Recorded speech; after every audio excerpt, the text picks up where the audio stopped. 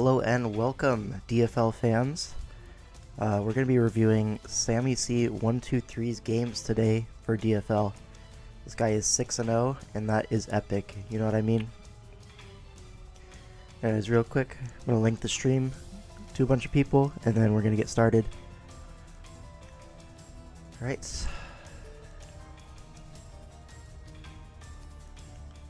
Is it here? Yeah.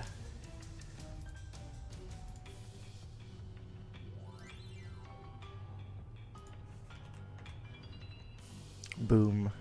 Linked.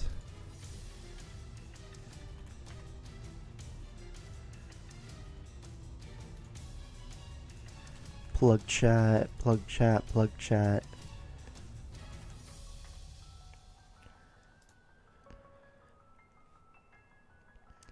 So how's everyone doing today? We're doing great.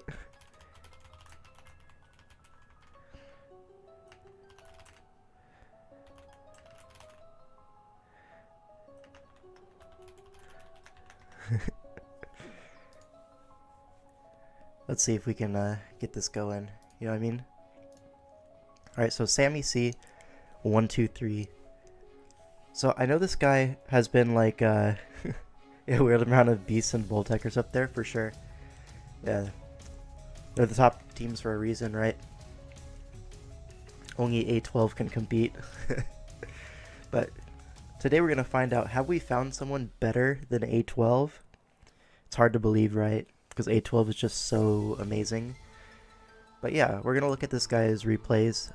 If you look at the schedule that he's had, playing Endless Gadgets, you know, someone who's been around for a while. Burna, someone who's been around for even longer with a big hiatus in the middle. 20 Tuan, a name I've seen around in the community for a while. Nyx, who I think is actually pretty respectable. I was really considering drafting Nyx in DCL, but you know, didn't end up happening. And then the Nutman, who was actually a pretty good help for Infernal Armory over the course of the season. So quite a few people that I really respect in this schedule. So it's not like he rolled a bunch of plumbers or anything, you know. Yeah, actually had to beat some real players. If you look at the standings, his team, Rising Volteckers, went 5-0 across all the weeks, which is actually really surprising considering, you know, it's a best of 6, so 3-3 is a tie, and it's really easy to go 3-3, you know, at least once in a season, but they're just better than everyone else, I guess. And the finals is up against Beasts, which, you know, in week 5, you know, they kind of smoked them, but I think in week 5 they benched their best Sun and Moon player, right? Yeah, in Sun and Moon, the Nutman was playing instead of, if you look here, IDK up. He's been like their best Sun and Moon player, but was not playing in week 5 for whatever reason. Maybe he was busy. So we're gonna see this matchup. I'm sure, right? Isn't that this is the semifinals when I was grabbing the replays? Yeah, that's the matchup we're getting right here. So it's gonna be good to see that. So kind of like the best two Sun and Moon players this tour, and by far, honestly, everyone else is like 2 wins or less. So that's gonna be a good game to watch. Watch their GG Inc. finals against Ethan. Solid, straightforward prep and plays. Excited to see some of these. Aster, could you do me a favor and grab those replays and send them to me? Because right now I only have the DFL replays open, but we can check those out after for sure. Anyways, so I haven't really heard of this guy before, so I wanted to do this review and see like how the games are actually looking, because I haven't actually seen most of the DFL games. So it's going to be going in blind for me, and we're just going to see how that goes. Anyways, so I did look at the team previews a little bit. This guy used a lot of Zeraora, so that's going to go on the thumbnail. Shout out. Sammy, my glorious PWS teammate. Yes, PWS is a great tournament. But anyways, yeah, I've waffled a little bit. Let's get into it. And I will remember to move my dimensions so it's a little bit cleaner, because I forgot to do that last stream, and it was like Whoa, what is going on? Sure, like that. Anyways, let's look at this matchup for week 1 against Erupquake 24. This is Endless Gadgets. We have kind of a pretty sort of standard Mega Glade build. Like, you see Mega Glade plus Weavile quite a bit. Nidoking is pretty common on that sort of team as well. But the Regice, the Tapu Bulu, the Celesteela even are not really too commonly seen with the Glade. So we're going to have to see how that goes. And then on Sammy's side, we have the classic Zera Mew. This is like a pretty similar build to what 100p has been using in for the Band Chasers, right? Zera plus Mew is always a good combination. And you have Mew, very versatile, especially in Sun and Moon, right? I know 100p's been using that in Swish, but it also works in Sun and Moon quite well. K-Crick used it in the DCL1, right? Or was that DCL1 or was it DPL8? I know K-Crick used it recently, basically. Yeah, Zera plus Mew is like a classic combination, like 2 good Z users, and then you kind of fill out the team from there. We have Mega Pidgeot, which is pretty nice here. Hurricane Heat Wave hits everything. Regice is going to be able to take Heat Waves even, but it does look like a pretty decent threat. The Tapu Fini here, honestly not looking too hot, honestly. It's mostly there to check the Gallade and the Weavile, so that leads me to believe it might be Scarf in this week, as I don't really see like a defensive set doing too much. But maybe you want like a Rocky Helmet or something like that. I could see it. Maybe a Kebia Berry could be useful. Crocodile here. If Fini's not Scarf, then Crook probably is. Or I don't know. Maybe not. We'll see. Because it kind of has to be the Rocker here, unless Mew is Rocks. And you're definitely not going to go Rockless against, Double Ice, right? Roselia, probably just going to be like a Bulu check. Maybe like attempting to switch into Nidoking. I'm not too sure about that. Maybe just wants spikes, because as you can see, there's no removal on the other side. Sammy, see the goat? Yup. Alright. Let's actually just get into the replay here.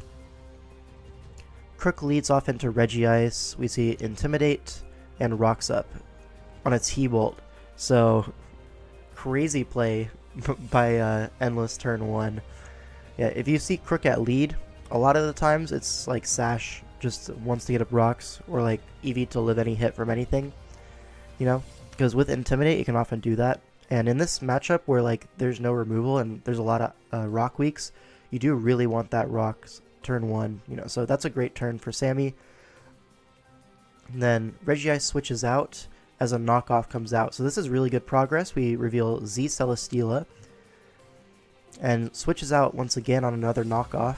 So it gets rid of the Koba Berry on Bulu. Alright, Roselia is going to be the switch in to Tapu Bulu here. Crook is so broken with EVs, Mon is crazy. Yeah, you can kind of EV it to do anything. It's like pretty similar to Treads in SV in that way. Whereas like, if you put EVs somewhere, it's going to be good in that stat, you know what I mean? Like, Spadef Crook, very bulky. Fizdef Crook, amazingly bulky. And if you invest in attack, it's actually quite strong. So, like, Crook can do anything that you put the EVs for. That's a cool mon for that reason. Roselia comes in on Bulu, very nice. Regice comes in. Also, this Crook went from probably just wanting rocks to infinite value here. Yeah, like, it's still at 100. Got rocks, knocked the Steela, knocked the Bulu, forced out the Regice. Like, wow, what a Crook. Now Roselia, of course, is going to get up a spike. There's no removal, so it's a great click. As Crook is going to switch into the Regice on the Ice Beam, and it is Sash, like I was saying. So, are we going to see like a knockoff here? I assume. Yeah, you just want to get rid of items. Bulu comes in. But this is another Roselia angle, potentially. Just stays into Earthquake, maybe he doesn't want to risk like a double to an Ice type on the Roselia because it's so obvious. And, Endless doesn't want to, have 3 layers of Spike go up because that's like really GG. Regice is clearly specs based on this sequencing. You think so? I think maybe. Maybe you might be right. Kind of explains why there was such an urgency to click the super effective move into Tapu Fini. Just turn 1. Because he's thinking he forces out Crook. And Ice Beaming into Fini is not great. So I kind of understand if he is specs the T-Bolt click. But would it be specs to lead? I guess that's reasonable, right? Force the swap turn 2, it has to be specs. Yeah, maybe you could be right. Anyways, Bula gets a kill, but now Pidgeot is in with 2 hazards up. It's not really able to be switched in at this point. Regice comes in. At this point, yeah, just get your chip. Yeah, T-Bolt killing there. Yeah, I think you're right. It is specs. But now Nasty Plot comes out, taking advantage of the specs. And now what? Psychic? Yep. And Vacuum Wave is going to pick off the Weavile, so Gallade has to come out. But I don't think Knockoff will kill through the Z, right? So it's X-Scissor. A great prep, I don't think that crit mattered. But yeah, getting around the like Colbur Berry / Z crystal there. Very nice. But now Fini comes in, and it is Scarf, like I predicted. So, good job, King05. You're so smart. Nidoking comes in, and Nidoking is looking very scary this endgame. So, Roselli's going to come in, and it is Spadef Eviolite. So, it is going to be, you know, designed to switch in on this Nidoking. However, Giga Drains rather than Synthesis. So, this is kind of an opening. If Roselia goes down, all of a sudden Nidoking could be an issue. But goes for the Stun Spore, gets the Parrot, and another Spike goes up. I guess we're just sacking this now. Honestly, I feel like you could just keep autotomizing there. Like, Roselia's kind of like revealed 3 moves, and the last? What's the last gonna be? Sludge Bomb for Bulu, most likely, right? So I feel like maybe you could potentially get +6. Maybe hope the Zeraora is a little bit slower. I think if you're like max speed, you'll outspeed Zeraora at +6 with Para anyways. So maybe that was the play, but I don't think it really made too much of a difference here, honestly. It is special attacking Celesteela, so probably wasn't going to be able to kill the Zeraora in one hit anyways, even at +1. So maybe not the end of the world. It's Life Orb Zeraora, Nidoking comes in, kind of revealing Scarf here, no? Yeah. So Earth Power comes out, but now Tapu Fini can lock into the water move, I think, and it's fine. It might come down to a speed tie. They're both Scarf, you know, 295 speed. Goes for Scald. Ice Shard, just a little chip, you know, may as well. But here, I think it's just a speed tie for the win, no? Or do you, like, eat a Sludge Wave from Scarf Nidoking? Maybe you do. Well, he wins the tie anyways. Maybe it wasn't a tie, maybe you want bulky Scarf Nidoking for the Zeraora. But I don't know about that. I feel like it was pretty strong. But yeah. So, Sammy C, a very close game, honestly. This was not as dominant as I was maybe expecting. X's versus Noct Mega Gallade against bulky Psychics with berries. Mind Game is a tale as old as time, yes sir. He wasn't max speed Nido after. Yeah, it makes sense into the Nido, right? Because that's like your main switching into it outside of like maybe Bulu. Fini lives non-life orb wave. You want to find out? We could find out. Tapu Fini. What is this spread on National Dex Scarf? Anyways, Nidoking. Not Life Orb. And let's say it's like just no bulk. So Sludge Wave, if it is timid, does 86 to 102, which would have been in range, right? So 86 min, it's at 91. Yeah, it's a roll. Tanga Bulky Psychics is maybe my favorite late stage draft brain rot. Yeah. It's like trying to one up the prep, you know what I mean? Anyways, very close game. Really enjoyed this one. I feel like if the early game was a little bit cleaner, this could have gone the other way quite easily. So yeah, and it was just no bulk. Yeah. Hidden Power Poison, very epic. Yeah. So anyways, let's look at week 2, right? So this time he's using the Mega Beedrill team that they drafted. Let's see, Garchomp, Mega Bee, Necrozma, Tornadus, That's going to be like your main offense core, and then you have like Lantern, Steelix, just like low tier guys that can check a lot of things. Kind of like blanket check a bunch of stuff. Like the Zard, I don't know if this is Zard X or Zard Y. It looks like Zard X, but you know, could be either. Did you go over both Sun Moon teams before starting? No, I didn't. You like this structure? For which team? Because I really like the other side's team, the Greninja Lando one. That one looks like totally my style. Yeah, the B. Yeah, this one's more your style for sure, Aster. But yeah, it's unique. Yeah, for sure. I do think like these Beedrill like Volturn offenses are like pretty cool. Zard Y with double water boot to be very cursed. Yeah. The opposing team with direct result of 16 pools. Yeah, this team is like a lot of Pokemon that I really like. So, yeah, shout out to that. Cookie had a big say in the Sun Moon teams with Sammy. Yeah, that makes sense. But anyways, Garchomp here. Pretty big threats. Earthquake is pretty free for the most part because Lando is going to get Draco'd after, I assume. I would assume like Life Orb mixed here would be the most optimal set. You could make an argument for like Dragon Resist Berry or Ice Resist Berry. But yeah, maybe it could be SD. You know, that's also possible. Could just be rocks. But I think that probably is going to go onto the Steelix here. This Necrozma, let's see. There is a Greninja, which is like one of the greatest Necrozma answers of all time. Like low-key. But so maybe you want hidden power like electric or something. You could consider like a charge beam set here. Maybe Calm Mind charge beam or Iron Defense. You know, something like that. Could also just be physical with X Scissor. Yeah, Photon, X Scissor. Maybe knockoff. Does it get knockoff? Necrozma? I swear it does, right?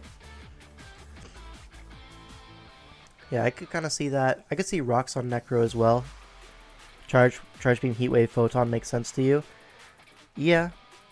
I could also definitely see physical though. Knock is Swish. Never mind, trust Aster. Yeah, Aster is the Sun and Moon merchant here. I think Psy Ground is probably best to move here.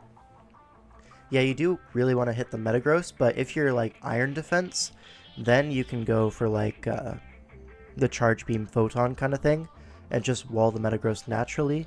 But then that would lose to Toxic, but you know, can't cover everything I don't think in this matchup with one Necro set.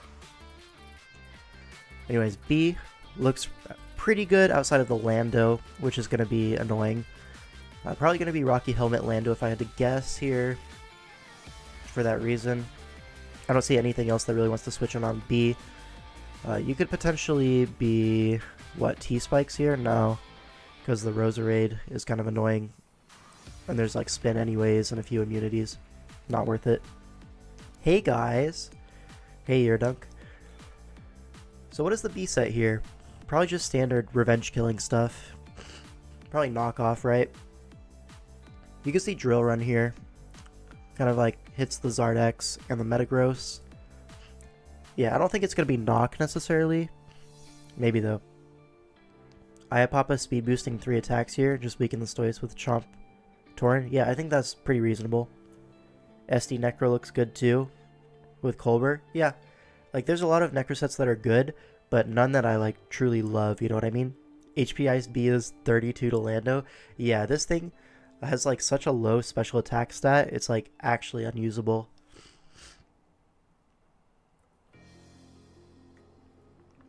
Alright. This Lantern, is it going to be Spadef for Gren? Because I don't think there's too much else for Gren unless it's AV Torn, right? I had a stroke typing that. Yeah, it happens, bro. 15? I think that's a little bit low, right? Let's see. It's like 35, right? Oh, it is. It's actually 15. You were right. You were right. My bad. Naive with some special is literally base 15. Oh my god. Let's run the calc just to fact check everyone here. I'm gonna literally give it modest. Don't care. Yo, why can I not type Hidden Power Ice? Alright, Hidden Power Ice into Lando. Let's give it max modest. Why not? Yeah. 33 to 39. Shout out. The real goofy stuff is Lead, Sheer Force, Life Orb, Ice Fang, Rock Slide, Licks. I don't know about that. There's like a whole Blastoise. There's a Lando. It's like hard to click the right buttons into those two. I think it's probably just going to be like Rocky Helmet, check the Metagross type thing, get rocks up. SV Calc? Yeah, but like, you can still have Hidden Power Ice in the Calc. Did they change it recently? No. No. I just like scrolled or something. It's right here. I don't know. I'm freaking out over nothing. Anyways, Torn. I'm not too sure about this set. Could be Icy Wind. Could be Icy Wind for the Lando. Heat Wave for the Metagross. I think probably just Flying and Fire covers everything here. So, if you're offensive, you only need those two moves, and then the rest could be like, oh, excuse me, like U-turn and stuff. Maybe AV here. Although, maybe not. Maybe you could run Bulk Up. I don't know. Yeah, Hurricane is tough because Sun. But isn't it like Zard X though? Like, I'm so certain this is Zard X.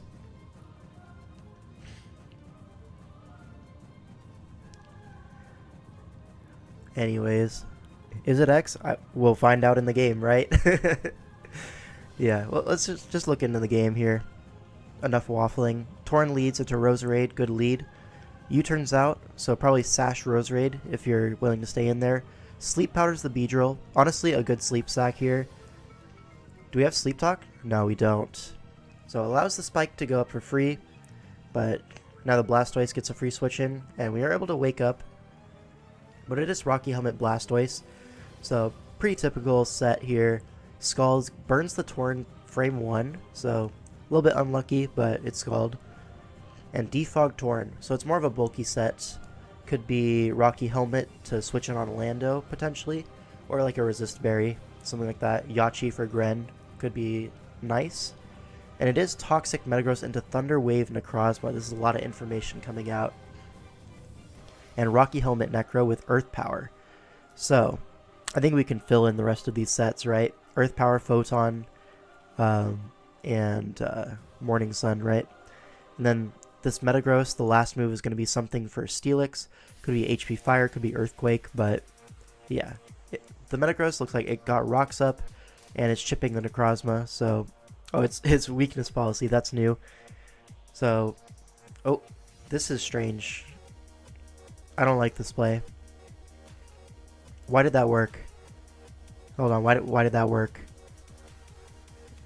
Do you not have a move for Steelix? You were saving our Metagross at 37? For what? I don't get that, man. I don't get that at all. Earthquake's into Zard, I guess, but like... I think you just take your chip, right? It has to be EQ. There's a Lantern too. Yeah, but like what we saw... +2 mash do 22.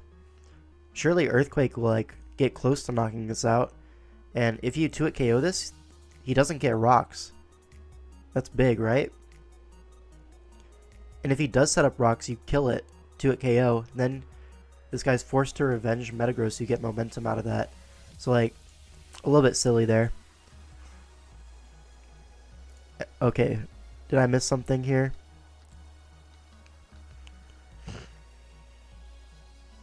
What are we sub on? So Garchomp comes in as Zard subs in regular form, and we go back to Steelix. Removing Licks doesn't do anything for the rest of the team.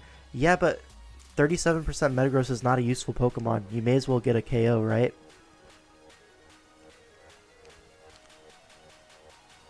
Am I bugging here? Like, it doesn't come in on a single Pokemon. You know what I mean? But anyways, it worked out, I guess. Outrageous into the Steelix. Yeah.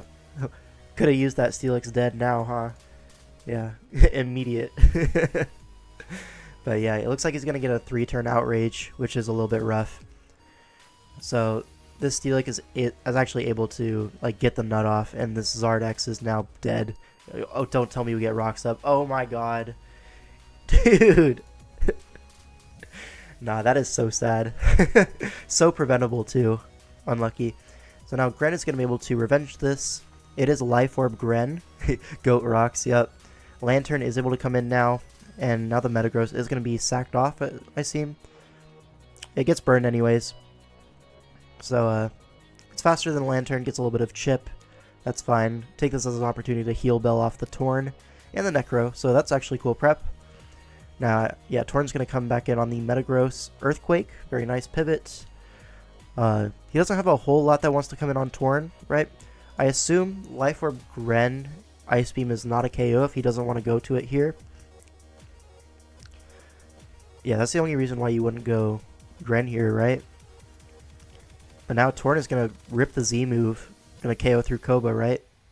Yeah, so, yeah, I understand, like, not expecting the Z, right? Because it is, like, a bulky defog set. But, you know, a lot of people will run Supersonic Sky Strike even on bulky Torn. It's just a strong move, right? But yeah, now Gren comes in. Goes for the Ice Beam, I assume. Yep, as Lantern comes in.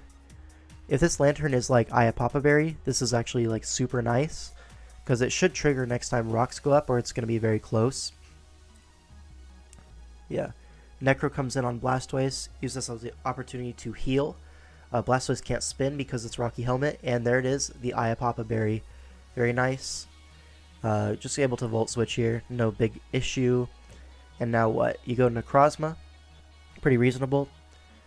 Landers comes in because Dark Pulse is not going to KO from this range.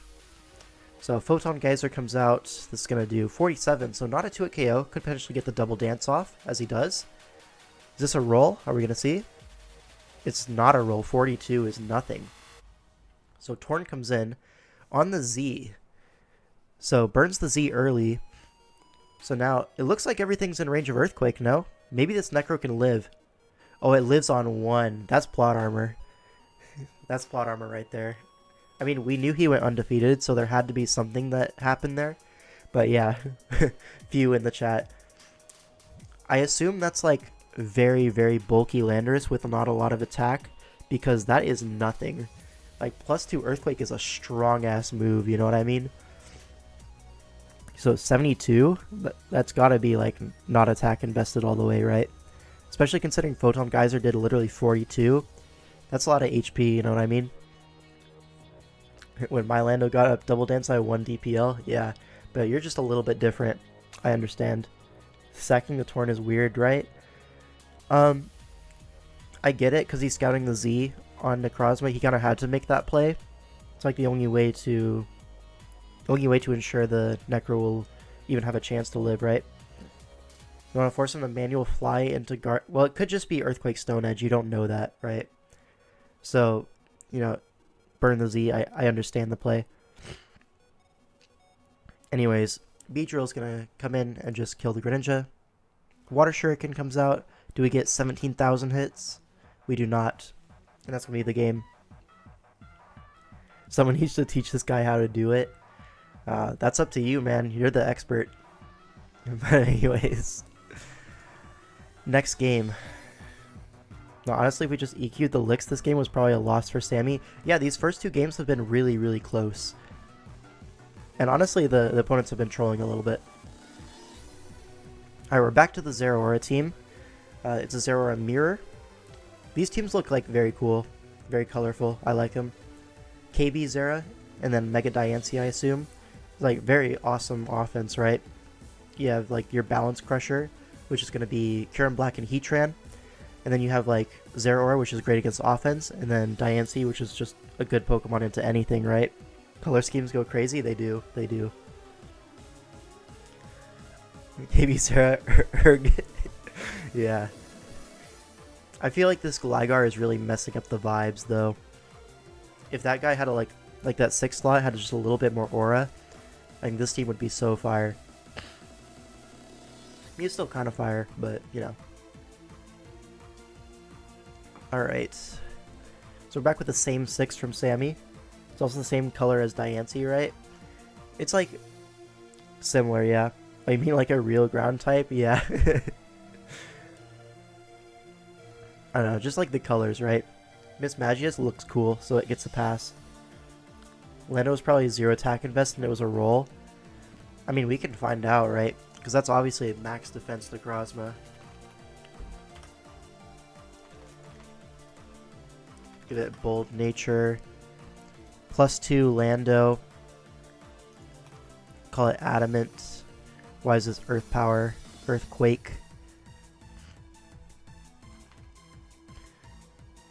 No, it just doesn't kill. Wow. Necro is bulky.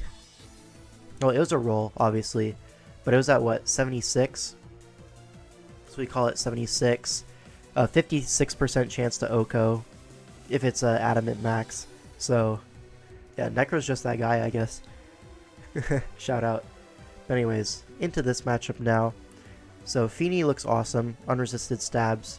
Does have to deal with Zeraora, but other than that, it kind of beats the rest of the Pokemon here. Once again, I think Scarf looks amazing here.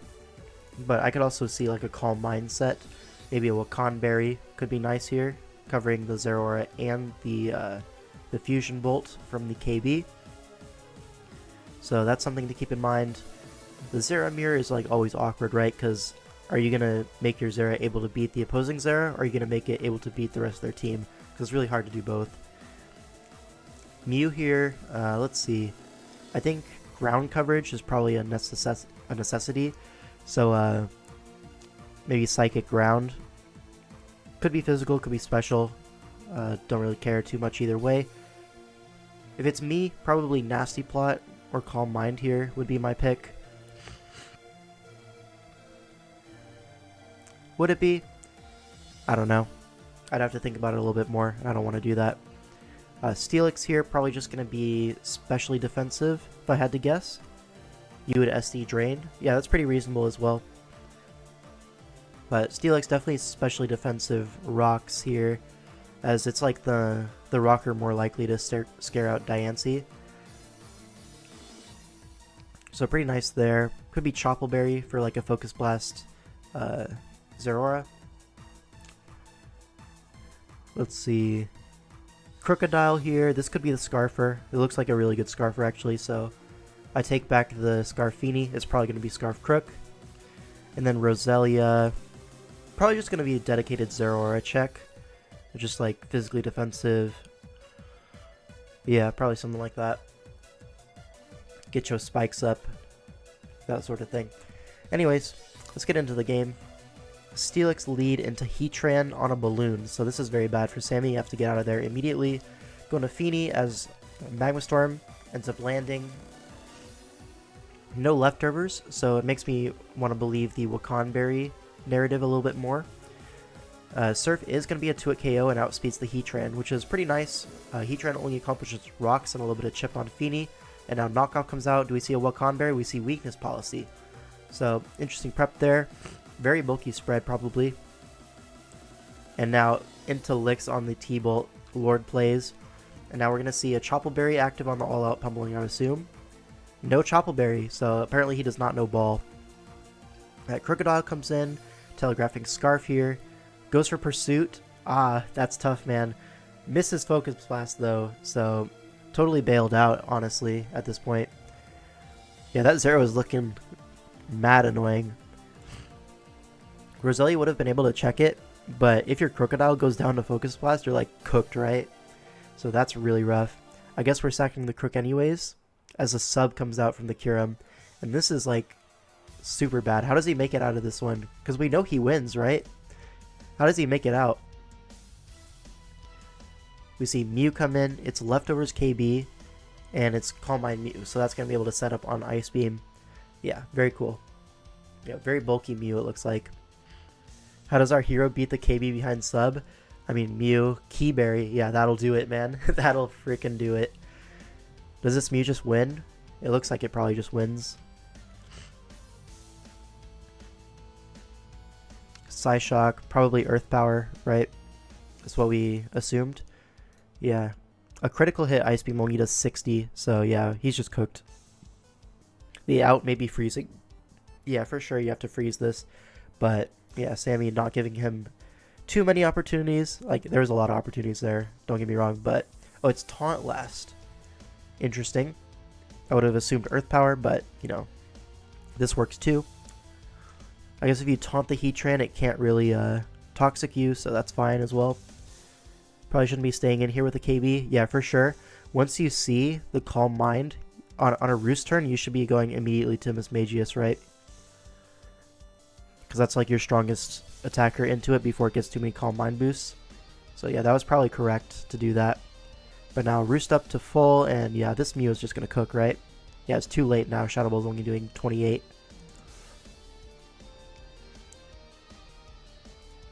What is the mismatch? Is it no plot, no taunt, no plot, no status? It could just be Scarf, right? You don't have another Scarfer on this build, right? So you want something faster than the Zeraora. I don't really know, though. It could be Culverberry for the Crook, right? Yeah, there's a lot of things it could be. Like Culverberry plus, like Grass Knot or whatever, Will-O-Wisp. I don't know.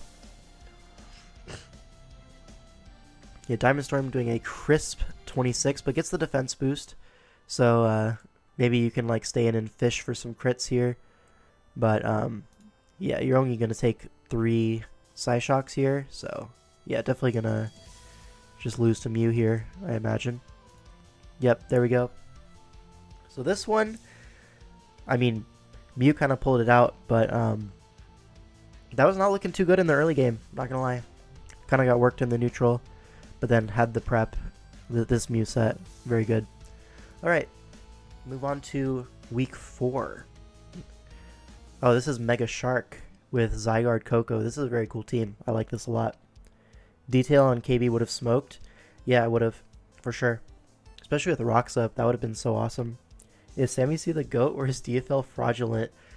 Yep, maybe a mix. Maybe a mix. I've not been too impressed by the opponents so far. Anyways, this team with Serp, very awesome. I like this kind of style. And we're back to the same team, but with Pidgeot over the Crocodile. Makes sense. Alright. What are these sets going to be, right? So, Zera does not look too great here. Has to deal with Coco and Serp. Could be Calm Mind for that reason. Calm Mind, T-Bolt, HP Ice. Probably the most likely set, yeah. Just Calm Mind. Could be sub Calm Mind, trying to sub on the Protect for Shark.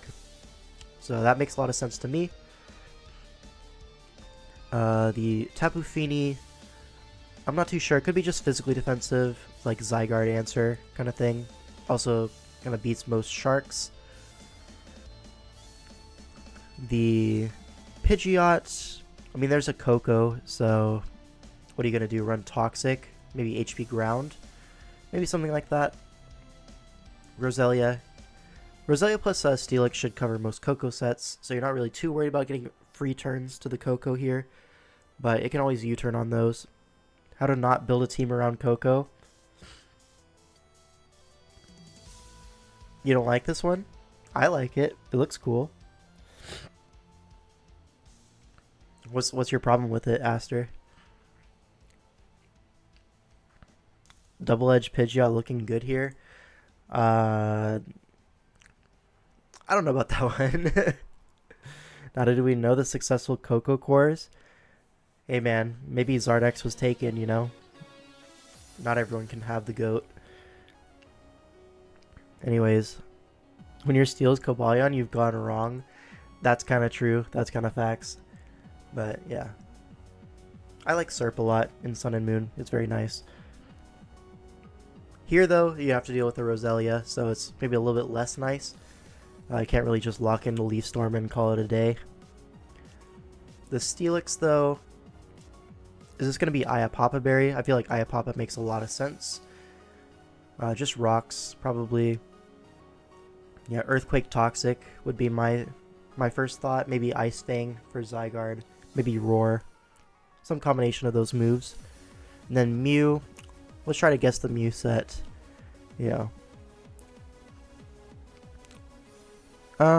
Maybe Colberberry, because Shark is like really strong. But maybe just one Vacuum Wave instead. So, still got your old name. Hello, Fliss. You're, the V guy, right? I forget the full name, but V, right? Guessing the Mew set is always fun. Yeah, I think Plot Mew makes a lot of sense here. Like a bulky Plot. Like max HP, max speed almost. Like a Ice Beam, Vacuum Wave, and maybe Psychic? Is that good here? I feel like maybe the coverage is a little bit wrong there. Maybe it's like a Genesis Supernova, and then you don't really need Ice coverage, because that's going to hit the Zygarde strong enough anyways. But then if you do that, you get rid of your Vacuum Wave. So it could just be Psyche MZ. That's something you see sometimes. I could see that for sure. And then you can fit Shadow Ball for the Mesprit. That could be the set as well. But yeah, Plot with some kind of coverage with Vacuum Wave I think is probably the most likely set here. Otherwise, it's probably just going to be like Ice Wisp kind of thing if you want a bulkier Mew. Because yeah, Ice Beam Wisp does also look quite good here. Oh hey, I'm the lad combing it up in dubs. Shout out. Anyways, let's get into the game here. So Zeraora is going to lead off into Mesprit. A Volt Switch comes out. Reveals probably max HP on Mesprit there. I don't know if it's especially defensive based on that roll, but it could be. 22 is not a lot. Serp in on Steelix. Roselia is going to be the play every time. As a taunt comes out. Now Mesprit's going to come in for Rocks, I assume. Goes for HP Fire, expecting the Cobalion. Could be an HP Ice as well. We don't really know. But Steelix, yeah, I pop a berry, so I was correct on that one. Crit knockoff. And no sorry in the chat? Come on, what happened to the game I love? Anyways, yeah, Toxic, I pop it, so we're dead on the Steelix set. Shout out to me, I'm the GOAT. Pidgeot comes in on another Taunt. Could have been a little bit scary with the Glare potential there, but I feel like Taunt and Glare is hard to fit in this matchup because, you know, Zeraora is obviously there to absorb the Glare, and you have Misty Surge as well. It's not the easiest click in the whole world, as well as like Natural Cure, right? So, not the most valuable click there, so I get the Pidgeot play there. It's leftover Serp, so you know there's not going to be a Kova Berry or anything. Probably just going to see a U-turn here, if I had to guess, yeah. U-turn or Toxic trying to catch the Koko. But now Steelix comes in. This is the Rock's turn. We see leftovers Koko. That's important. Not a lot of Koko sets run leftovers. So it could be like a sub Calm Mind kind of thing. Trying to outlast the Steelix. You know, chip it through other means and then beat the rest of the Pokemon. Could be like an Iron Defense set. That would also make a little bit of sense. Not a whole lot, but a little bit. Could be Nature's Madness, bulky, like Taunt. That would make sense into Steelix because you can't really do too much else.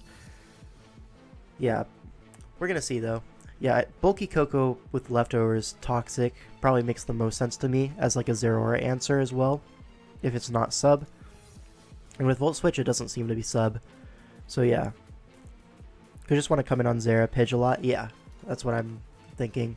So Steelix gets frozen by Ice Beam and immediately thaws because we obviously have plot armor, but Earthquake's a Mesprit anyways. Now Mew comes in. Do we see a U-turn? Oh, we see a knock as Colbert comes out. Guys, how good am I? How good am I? I literally said Colbert Berry on Mew. I'm so smart, etc. Anyways, Ice Beam comes out. So is it a bulkier Mew with Ice Wisp then? It's going to be a Taunt Koko potentially. If you're playing it like this, you want to keep the Mew low, right? No, just T-Bolts. So if we were just going to attack, why didn't we just go Sharpedo instead? I feel like that might have been a little bit better. But maybe you want to save the Speed Boost and Mega for later. Yeah, I kind of get that. You name like 10 Mew sets. Got one right? Yeah, it's the shotgun method. But I said it in the video, so therefore I predicted the Mew set. It's really that simple. So now the Mesprit is going to be sacked off to Rocks as an Earthquake comes out. Zygarde is going to come in. Potentially a sub could be really dangerous here. Do we see a sub? We do not. We see 1,000 Arrows comes out. I don't think that's banded, but yeah. Feeny comes in, is Ice Beam. I feel like you probably could have just Moonblasted there, but we click Ice Beam. It's all good. Lix comes in on the Cobalion, blocks the Volt Switch and dies to close combat. Now what this does allow to happen is the Cobalion's -1 has to stay in, so you get a Zeraora turn, bulks up on the CC, not a bulky Zeraora at all, a very strong Cobalion. Now Coco is going to come in, trying to check this Zeraora, as we do see a Plasma Fist. So that's going to 2-hit KO the Coco in terrain, +1. Yeah, there's not a whole lot Coco can do to live these hits. It's very hard. That's why I don't really love bulky Coco into Zeraora, because like Zera has so many ways to beat Coco. It's like the only Zera that you really beat is like 4 attacks, which is like not really too common. Z Outrage incoming. No, it's Scarf Zygarde. So shout out to that. Now Mew comes in, is going to be able to eat the 1,000 arrows and get off a Roost. Yep. Notice how I predicted the Roost rather than the Soft Boiled? Yeah. Once again, I'm just so good. T-Wave. So T-Wave over Wisp. Makes some sense, but I think Wisp is probably better overall. Forced out by the Sharpedo into Tapu Fini. Are we going to see an Aya Papa Berry triggered by the Crunch? That would be pretty heat. Gets a defense drop, and no. So the Sharpedo didn't get a speed boost, so has to scout for the Scarf here. Goes into Cobalion, breaks out of the confusion, gets rid of the Fini. But now I see 2 months slower than Shark, so it goes into Shark, forces out the Pidgeot, take rocks, probably sack the Cobalion. Sacks the Superior. I think that was definitely wrong, but it's not like a big deal, right? They're both pretty useless here. Zygarde comes in. Just going to be able to Outrage here, but we go for 1,000 Arrows instead. Maybe we don't have Outrage because Misty Terrain. Yeah, Mystery Terrain like weakens Outrage, but only on grounded targets. Hello, I'm now the correct identity. Shout out. Hello, V. No, dude. What's up, Aster? Who doesn't bring Stone Edge here? I mean, what are you going to be? 1,000 Arrows, Outrage, E-Speed in case you get knocked or something? I don't know. Yeah, Stone Edge probably is the play, but Stone Edge wouldn't 2-hit KO Mew on the Switch. I think that's what he's worried about.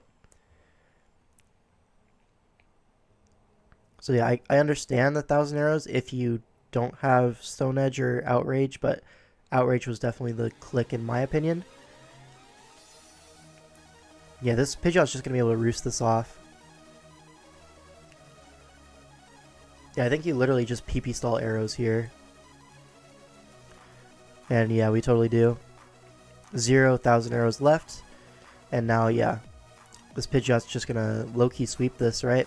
Yeah. E-Speed. And it's Toxic, yeah. So Toxic makes sense on a bulky Pidgeot like this. Also makes sense into the Coco. Yeah, if you kill the Pidgeot, Shark does win. Yeah, so, yeah, the Pidgeot was at 75, right, before that sequence. So if you just go for a Stone Edge, I think you're fine. If you go for Outrage, you'd be fine. If you go for Toxic, you'd be fine, right? So what could you possibly be in the last 2 moves that is, like, worse? Maybe it's Earthquake? Maybe it's Earth Power for, like, bulk up Zeraora? I don't know about that. Yeah, I'm just kind of waffling. I don't really know. I don't have an answer for you, unfortunately. That's going to be the game. So once again, kind of bailed out. We're 4-0 with like pretty close games that maybe should have gone the other direction. You know what I mean? Anyways, let's move on to Week 5, the last game of the regular season versus the Nutman. Shout out to the Nutman. This is a very unique team. Scolipede plus Zangoose plus Mega Mawile. This is a very strong physical offense kind of thing. Is Sammy the top tier player in DFL right now? Yeah, he's 6-0, undefeated. The only player above A12 in the standings. Yeah, Sammy has had pretty textbook play still. Nothing crazy, yeah, but hasn't really made any big misplays. Yeah, I think that's probably reasonable to say. I think some of the prep has been a little bit, like, Oh, you're not that set? I would have assumed. But yeah, 6-0, so can't really complain too hard. Now, what is this team? Another Superior, so the Roselia has come to like every game so far. Probably all it takes to be number 1 in DFL. Yeah, well, you said it, not me. Don't need to be a lunatic with plays to be good. Yeah, he's making like pretty reasonable mid grounds most of the time, which is like what you want out of your players. So that's good. Consistency over crazy plays, yeah, for sure. But let's see, what are the Zangoose cooks here? I mean, kinda, yeah. Let's see, the licks. Loki, I think it's just gonna be max physically defensive helmet here. Checks the Scolipede, checks the Mawile. Can like Loki trade into the Zygarde if you want. Checks Zangoose. Yeah, physically defensive licks for sure. And before Zangoose is a support set. Hey, if you call that correctly, you're just different, I guess. Actually, no, if you call that correctly, you watch the replay, because there's no way, no way you're raw predicting that. Alright, Tapu Fini, though. I could see, like, a Kebia Berry here. I could see Leftovers, physically defensive. Zangoose goes off when Lix is gone, but this team is also kind of bad at removing it. Yeah, Lix is pressured for sure, but the Lix is going to get a lot done while it's alive. What moves does Zangoose even get, lol? SD Facade, Close Combat, Knockoff, Quick Attack, kind of things. Just going based on history of his opponents this tour. Yo, you are so mean. What the hell? I thought you were Canadian. What happened? Anyways, this Fini, probably going to pack Ice Beam, right, for Zygarde plus Superior. Then outside of that, you only need the Water Stab, it looks like, unless something's benched. So I could see no Moonblast here, which kind of frees you up to run like Calm Mind, Iron Defense kind of thing. Although it doesn't get Iron Defense this gen, so just Calm Mind.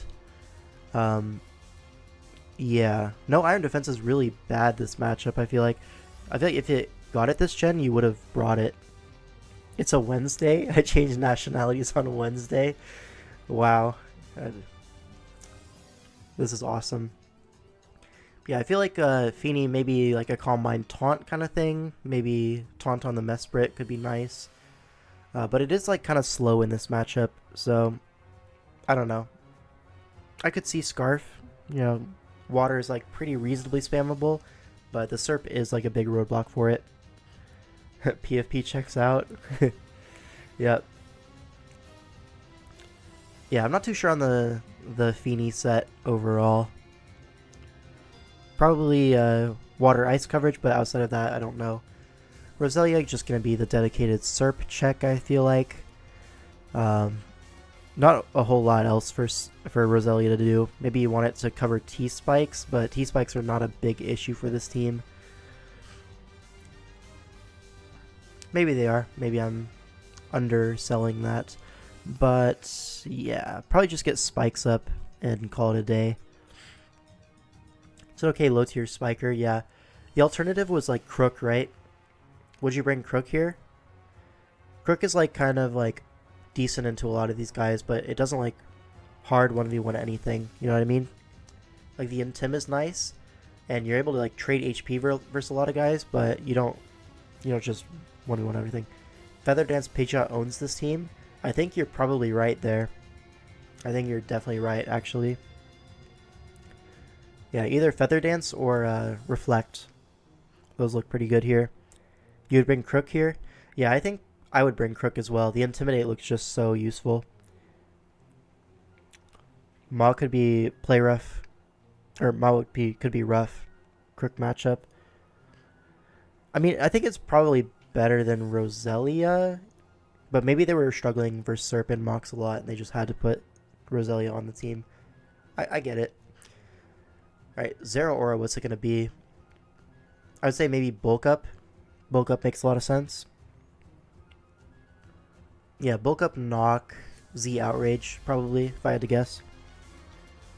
Maybe Shuka Berry. Could be Shuka as well. Shuka, like, mixed with HP Ice. Could be a play. But it's easier versus Serp with Roselia, yeah, for sure. Yeah, the Pidgeot, I think, yeah, Aster was right. Feather Dance would be amazing here. And then Mew. What's Mew going to be? I feel like Wisp is just so free this matchup, right? You Wisp something and it's basically dead. So I would expect Wisp, but outside of that, Ice Beam for Zygarde, pretty reasonable. And then maybe you run like Mamoswine coverage versus this. Maybe you run Taunt Ice Wisp. Also looks quite good with like Rocky Helmet or something. Can't Wisp Zangoose once it's poisoned. Yeah, but it's fine. You literally have a Steelix right there. Plus, it's like you're faster than Zangoose because you're creeping Zygarde, obviously. So Zangoose isn't really going to get more than like a 1-for-1 at best. Both your teams doesn't want to outpace. Probably Rocks, Toxic, Licks, Spiking Roselia, Feather Dance, Pidgeot, set up Zero to sweep late game. Yeah, Wisp Psychic is enough here. Yeah, for sure. I think mono attacking is fine. Just run Wisp. If you were an offensive Mew, what would it be? Maybe if you want Shukaberry on the Zeraora, it opens up the Z slot. You could be like the Genesis Supernova, blocks the Mawile Sucker Punch. Then you would be like what? Fire coverage, Psychic. I don't know. It's a lot of coverage to fit, and it doesn't like really do enough damage, I feel. So maybe weakness policy, but nah, I don't think so. Maybe Nasty Plot or SD could make sense. But yeah, I feel like bulky Mew is just way better, in theory anyways. Alright, Steelix leads off into Scolipede as spikes go up for a Earthquake, and that's a lot of damage. Is this like a offensive Steelix? Rocks go up, but that definitely felt attack invested, right? Maybe I'm overestimating Scolipede, but that was a lot of damage from Earthquake, you know? I would have expected like a number more like 50, maybe like 47. Supernova Polish makes some sense to me. Yeah, it does for sure. Depends on the pace he wants to go for the team, right? Maybe it's to 2-hit KO Mawile after Intimidate. It could be, yeah, but I feel like Rocky Helmet will put it in range no matter what.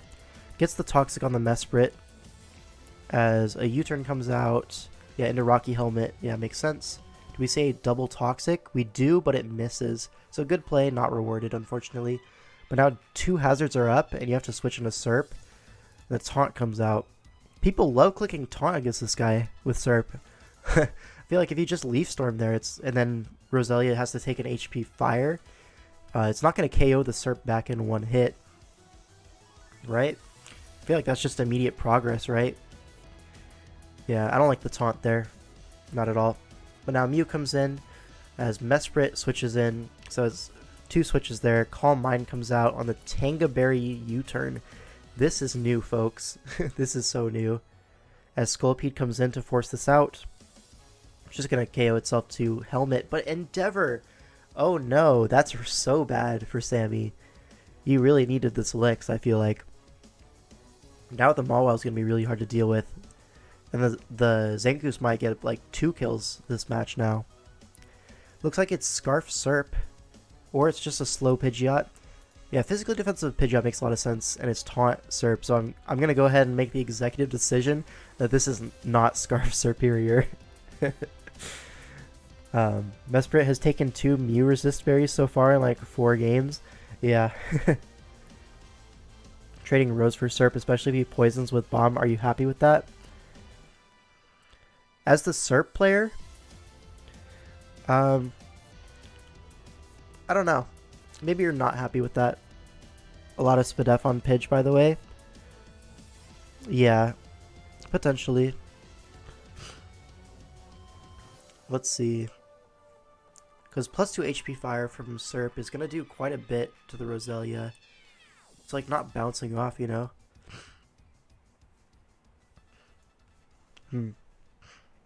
Maybe you like wanted the Serp HP, so you just taunt it, prevent it from healing after hazards. I kind of get it, but I would have Leaf Stormed, you know what I mean? Anyways, Pidgeot able to KO the guy. It's slower than Zygarde.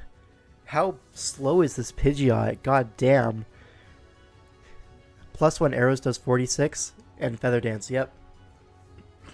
Shout out to Aster. Yeah, this is just going to wall the whole team, no? I don't think this guy's switching out. I really don't.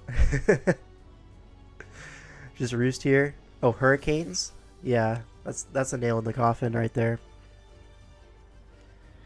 This Pidge needs to go on a diet badly. The Pidgeot cannot get up off the couch on his own. Feather Dance is the model that's going to do what? Oh, it subs up. Focus Punch. Alright. If a Roost came out there, that could have done something, but no luck. Now the Roost comes out. I feel like you probably just had to Focus Blast there, or Focus Punch. Keep it low, because once it loses the Flying type, that's doing like 75. So I guess it's like a 50-50 there. But, I don't know, that felt so skewed in the Mawil's favor. Jarvis, give us Mega Pidgeot on the couch strat. Yeah. Actual couch potato. So fat. But now, okay, we do outspeed Zangoose at least. Shout out. So I guess we just fish for a crit at this point. No, Swords Dance is wrong for sure. Yeah. And it's in range of Hurricane anyways. So yeah. This is Joe. Gets all the plays right with Mawile here, but at this point, you're so cooked. Yeah. And I assume an Ice Beam comes out here. Yep. And Zygarde lives, but it's not going to be able to KO this Feeny. Especially with Protect to scout the Z. Very smart. The Z wouldn't have even killed, but I guess it's no big issue. Yep, so shout out to Sammy. That was a pretty well played game. A good Pidgeot set. Yeah, it really put on a lot of work there. Kind of fumbled the licks. It should have gotten like so much more done. But yeah, that was great prep and play. Yeah, this is more what we expect from like a 6-0 opponent. Had no chance. Yeah, I think that's probably accurate. Protect does beat potential Z crit. Yeah. I mean, Protect is the play no matter what, right? But I was just saying it wouldn't have killed from that range on the same roll. Just fun fact, you know? Facts can be fun. Alright, we're back on the Beedrill team. And this is semifinals now versus Ultra Player. Ultra Player, I think, just came off of a tournament win, right? Didn't he win something recently? Someone can confirm. Aster DD's on the Protect and then Pop Z, by the way. Yeah, Aster's just different, though. Genius Cup. Oh, yeah, he had the Terra Dragapult, right? Shout out. But anyways, here he is up against Sammy C.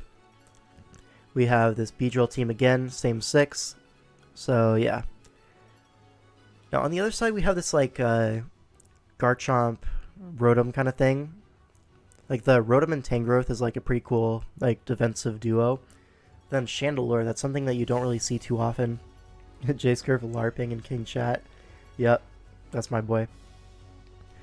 But anyways, let's see. So you have, like, your defensive core there. You have Azulf for rocks, or, like, Garchomp for rocks.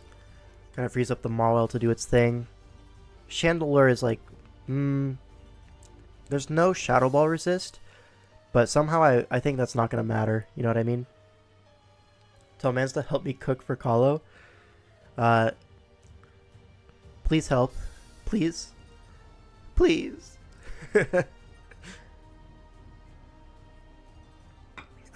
Anyways. Garchomp Mirror. I think, yeah, definitely Ultra Player's Garchomp looks a little bit better in this matchup. When you have to deal with Rotom Wash, Tangrowth, it's a little bit much. Maybe you can just be like Draco, Fire Blast, Earthquake. That's pretty reasonable. AV Torn can eat Shadow Ball if that's what you want. Yeah, it could be AV. I don't know if it would be AV in this matchup. I feel like the main threats you're worried about are like Mawile, Garchomp. Scarf Shanny is somewhat of a threat. Yeah, it kind of has to be Scarf here. I don't really see any other threat making sense. Also, I'm pretty sure Scarf Chandelure is like slower than Mega B, right? Isn't it like just barely slower? Or is it like, it's close either way. That being said, you probably just run Adamant B anyways.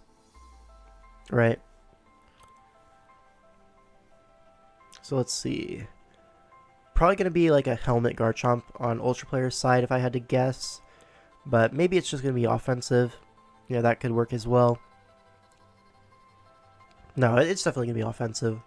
I lied for sure. Let's see. The Necrozma here. What do we think about the Necrozma? I feel like Necrozma looks super heat here. Just Photon is such a strong move against this roster. So Photon plus coverage for Mawile, probably Earth Power. And then Azelf is just going to get walled back. You Calm Mind on that thing pretty easily, unless it's Taunt. Yeah, so I'm seeing like a Calm Mind to attacks kind of thing.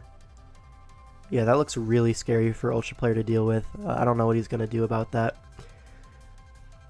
This Torn probably just going to be like a Toxic set. Try to 1v1 the Rotom potentially. I could see like a Toxic Sub Protect kind of thing.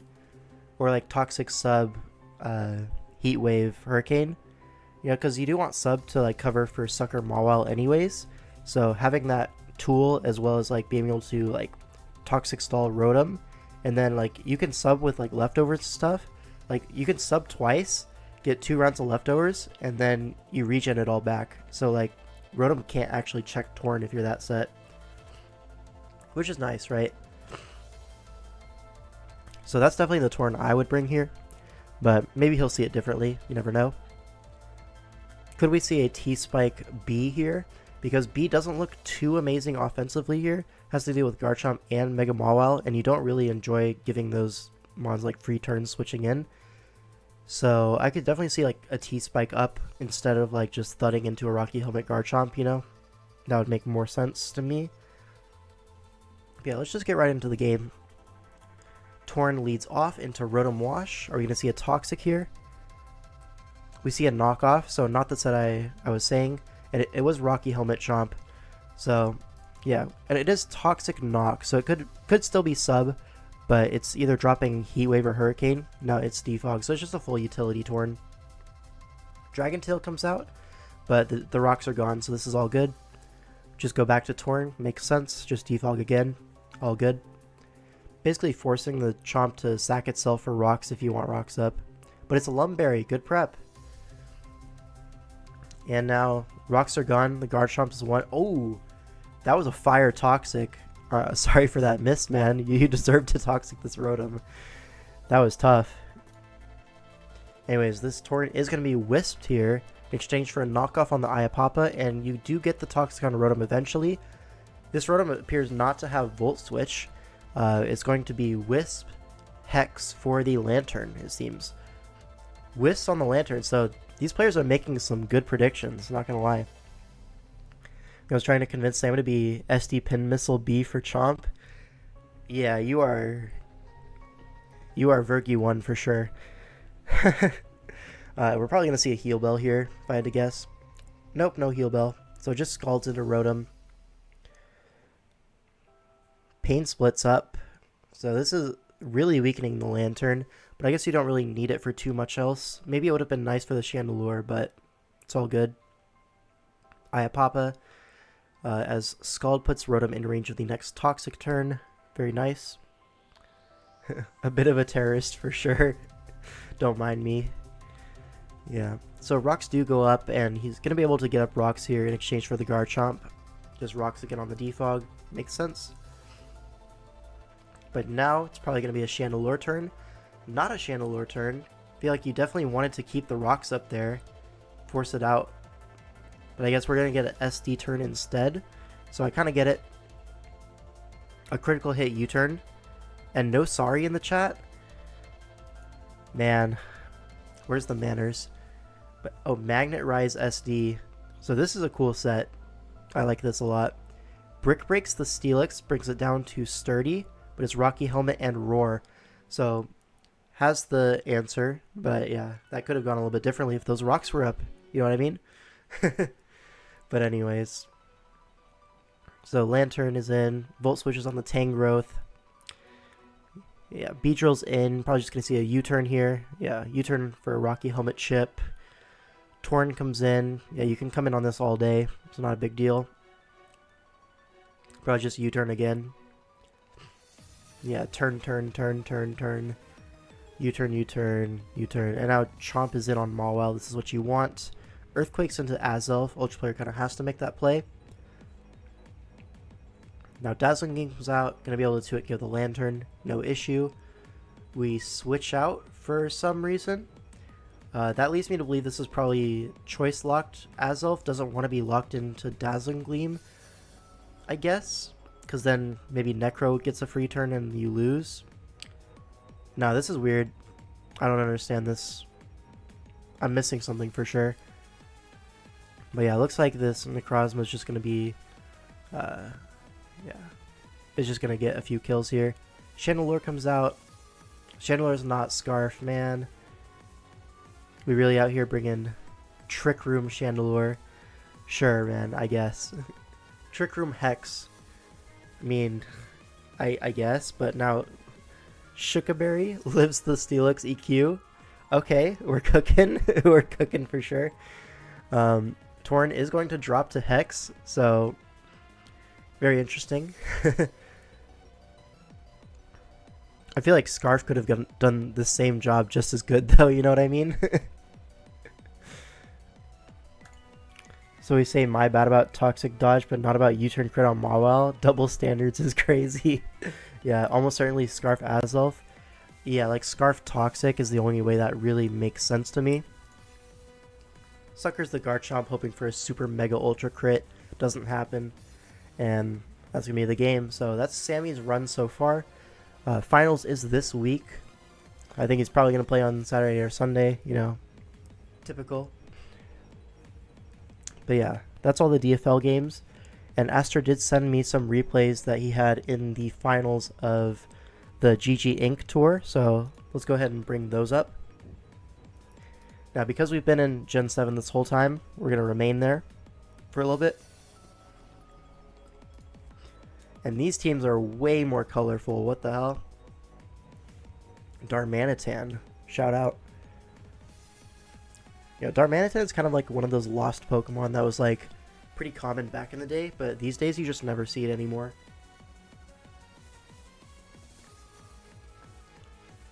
I think part of it is just because tournaments run on 8-mon formats and it's hard to fit offensive fires in old gens, especially. You know, I always thought Darm is secret OP, no one switches into Scarf Darm. I mean, a lot of things switch into it, but over the course of a game it will end up, you know, breaking through those things. Like insert bulky water here, but it's still a strong mod. Anyways, we see Coco. Coco looks like it wins. Yo, where's the electric resist? What?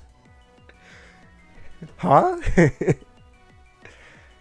So this is going to be Specs Coco, unless there's like some elite ground type that is for some reason on the bench. Now he's right though, looking at these teams, neither switch in. Yeah, I kind of like the bulky water, like as a mod, is like a lot less common these days. So I guess you could kind of metagame it. My only remaining guess for the Azelf switch out was getting pursued by B if locked in a Gleam. But I'm getting sacked 3 turns later, so Lord knows. Yeah. That's something for Ultra Player to know, and for the rest of us to never figure out. Get an Iron Treads in the back? I don't think so. This is a Gen 7 draft game. The lives on low HP in these games are crazy. Oh, we're getting spoilers? Man. What are we doing here? Anyways. So, we have confirmed from the source Aster Jade is not Specs Coco. Maybe he did have an Iron Treads in the back, you never know. I think I know. I think I got it. These players are really good at EVing. Yeah, we have an EV masterclass incoming. But yeah, for these games I'm probably not going to go too much into the preview. Let's just get into the game. Alright, Tapu Koko leads off into Zapdos. Probably just going to see a Volt Switch U-turn. So what is the ground type on the bench here, guys? Why are we not Volt Switch here? You're not going in order? Are they in order? I just went with Gen 7 because we've been watching Gen 7 the whole time. I'm just gonna go in order of the gens, you know, 7, 8, 9. Maybe like a Gastrodon or something ass. Maybe. I don't know. It's a best of 3. Yeah, I know, but it's all good. So Nidoking comes in on the Zapdos as light screen goes off. U-turns out. Rocky Helmet, Nidoking. Right, Rock's going up? Yeah, Rocks are going up. Rocky Helmet makes sense into Scizor, as, you know, Victini being your only Scizor answer is like a little bit rough, because it can get pursued by Muck, so I get that a lot. Azelf is going to sub, so that's interesting for sure. U-turn breaks the sub as a Z move is popped, so he baits the Z so epically, goes into Victini, takes 24. That's a bulky Victini. Very, very bulky. But V-Create is still a strong move, so you don't really need to be offensive for it to pick up a KO here. That's nice. Alright, Gallade comes in. So is it not Pursuit Muck then? Because I feel like if you were Pursuit Muck, you would have just tried to trap this Victini for your Scizor. But no, Gallade Earthquakes, the Victini lives and gets off another V-Create into the Gallade. So, I mean, either way the Victini was dead, but this definitely felt a little bit less precise, you know what I mean? So, judging that from that info, I feel like the Muck is probably like a curse set with Recycle, not going to pack the Pursuit. So we'll see if that ends up actually being the case. Doesn't Muck take like 85 from V-Create? I mean, kind of, but then the Victini's -2, and even if your Pursuit doesn't like kill it, you're going to outspeed the next turn most likely, right? Because we know it's bulky Victini, it's not going to have a lot of speed. Gotta keep the Coco check alive, but you're going to get your like Iapapa Berry back, so it's like not even a big deal. I don't know. I feel like it all kind of hinges on what set the Muck is, so we're not going to know. I can only speculate. Coco comes in once again, wild charges into the Muck, critical hits, it's Iapapa Berry. Probably just going to see a recycle here. As Buzzwole comes in. We do not see recycle, so this Muck is going to be low. I don't love that play. Gets rid of the weakness poly, it's Pain Split, so it's not recycle? What are we doing here? Did we forget how to use Muck? Oh, we totally forgot how to use Muck. This is so unset. Like, what are we cooking here? You know what I mean? So Buzzwole is able to 1v1 the HP Flying Muck. Shout out. That's so funny. He probably calced his Mega Blade killing no bulk Teeny. But it wasn't no bulk Teeny. We knew this because the Inferno Overdrive did 24 and it's leftovers. Like, what? Is that a TDG in my DMs? Whoa.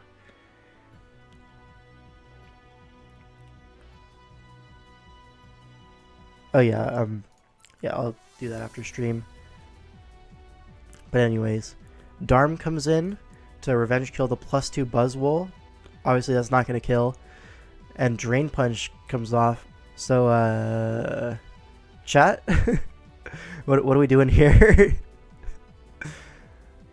The Zapped... Is it dual screens U-turn mono? Like, what?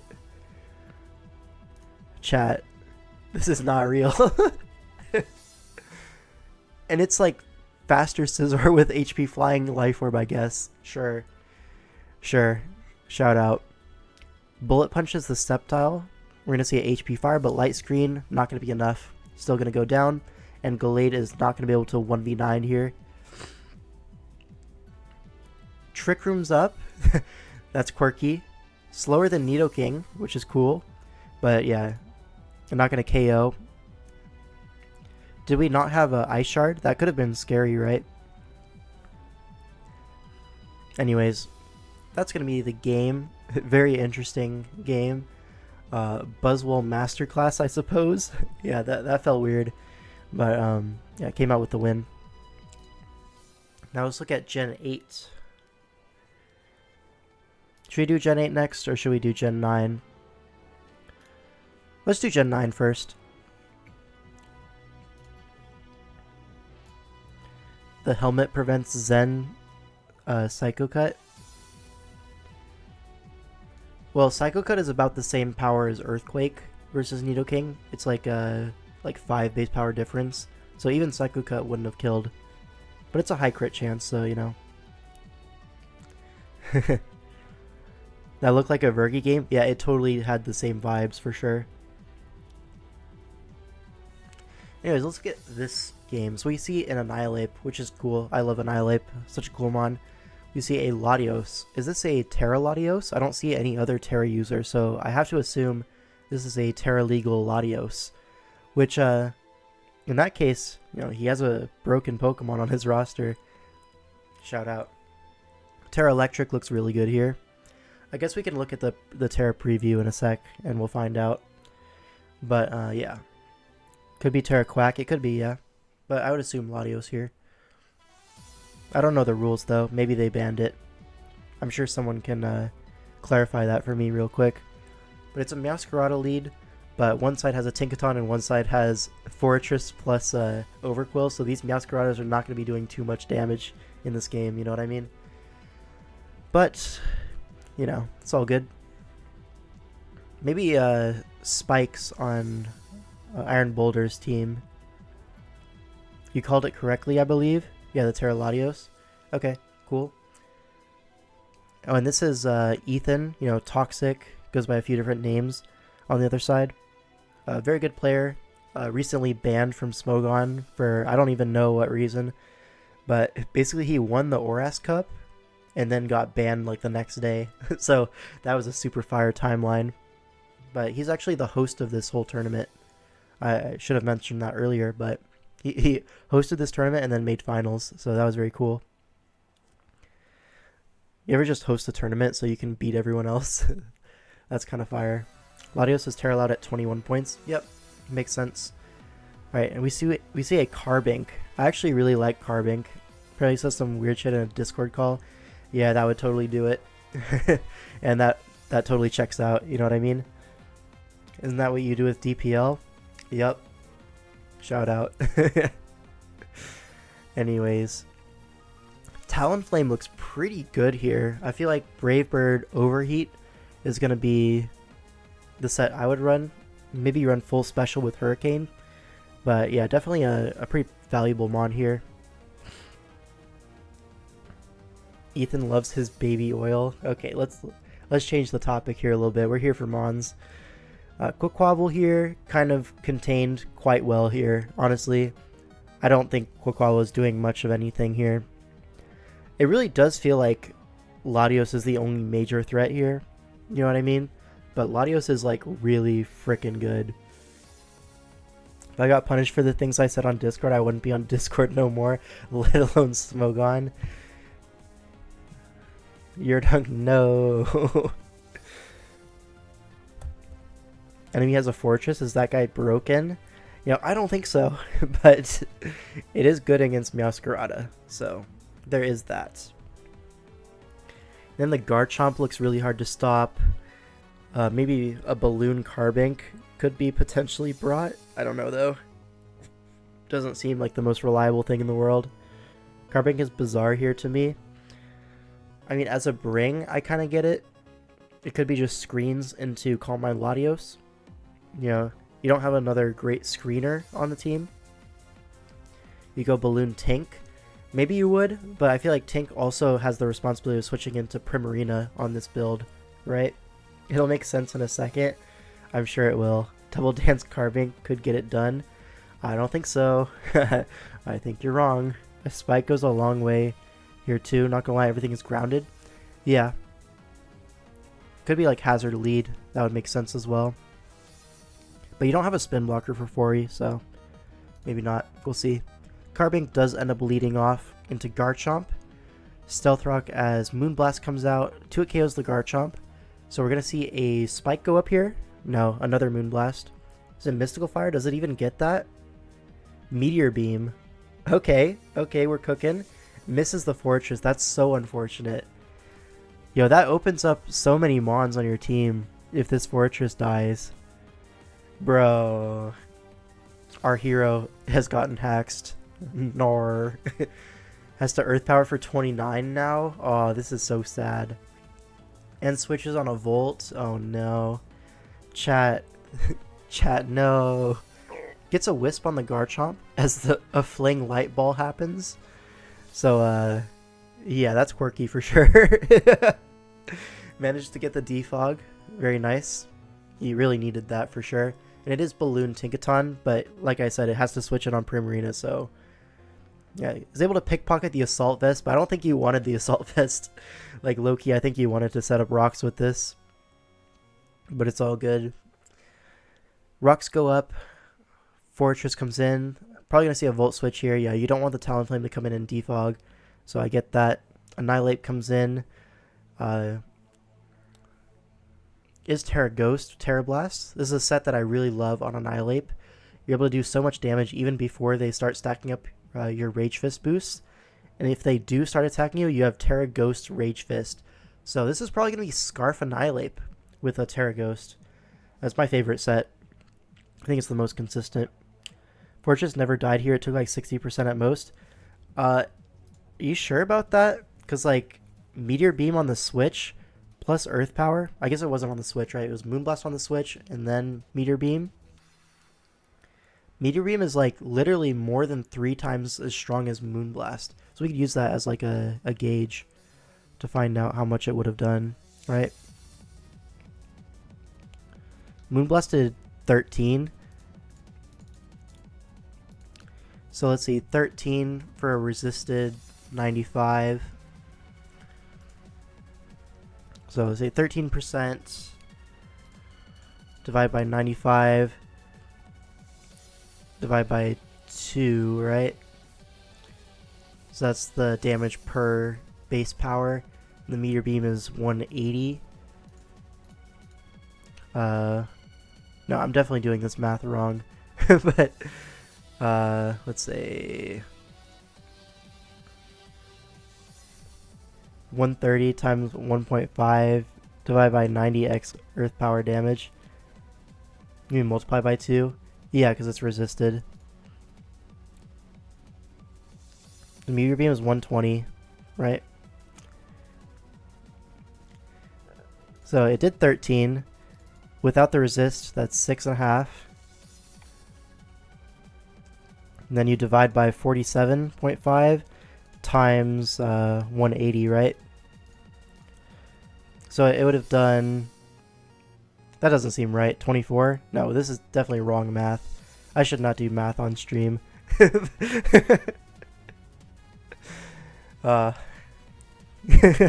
It's just double earth power damage. You're so right. So earth power did what, 29? So yeah, just call it 60.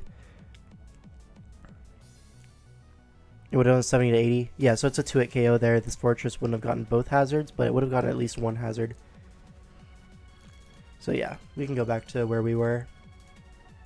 So Carbink comes in on the Terra Blast, right? Gets parried, unlucky. Meow in, forces an Overquill. As a U-turn comes out, obviously you're not going to risk your Annihilate there. Quaquaval comes in. This is pretty reasonable. As Flip Turn comes out. I don't think we needed to Flip Turn there. But I guess we Flip Turn into Tinkaton. So, free damage, I guess. It's more than double EP. EP isn't stab. EP was also +1. No, your dunk is right here.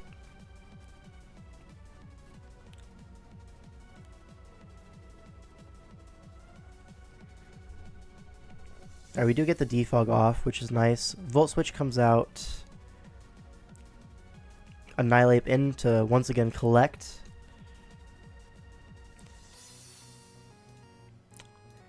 Yeah, he's going to 2-hit KO the Tinkaton.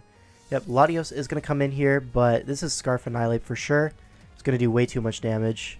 Keyberry, but that's not going to be enough. Maybe it is going to be enough because you recover immediately. No, it's still doing 53, goddamn. Yeah, you can't really PP stall this. You're going to have to attack eventually. This is the last recover here. Yeah, this is tough. Now you have to attack. It's only Thunderbolt. Ah, unlucky. And now you gave it the Rage Fist boost, so next time is going to be even harder.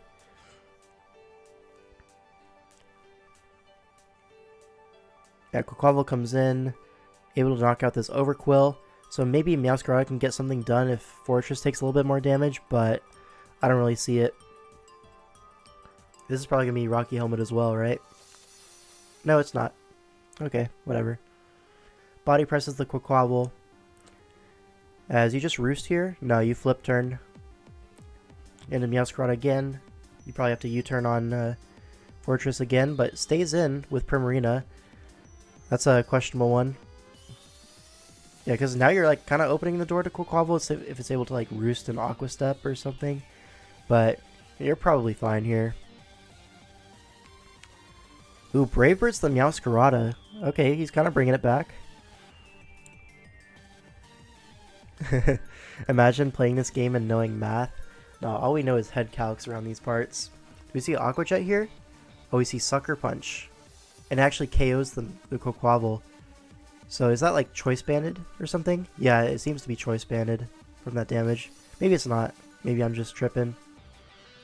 Oh, it is banded. I'm so smart. Shout out. But yeah, this isn't going to KO the Fortress. It was Boots, and that's going to be the game. So honestly, it was looking pretty dire, but he brought it back to like a pretty winnable position. What are we typing in my chat here? I wish Quaquaval would step on me. Oh my god, please. Yeah, Meteor Mist cost the game. Yeah. Well, it's like the sequences would have been different, right? Because if Fortress dies in exchange for like a hazard versus Carbink, then you're like being a little bit more careful with your Quillfish or Overquill HP.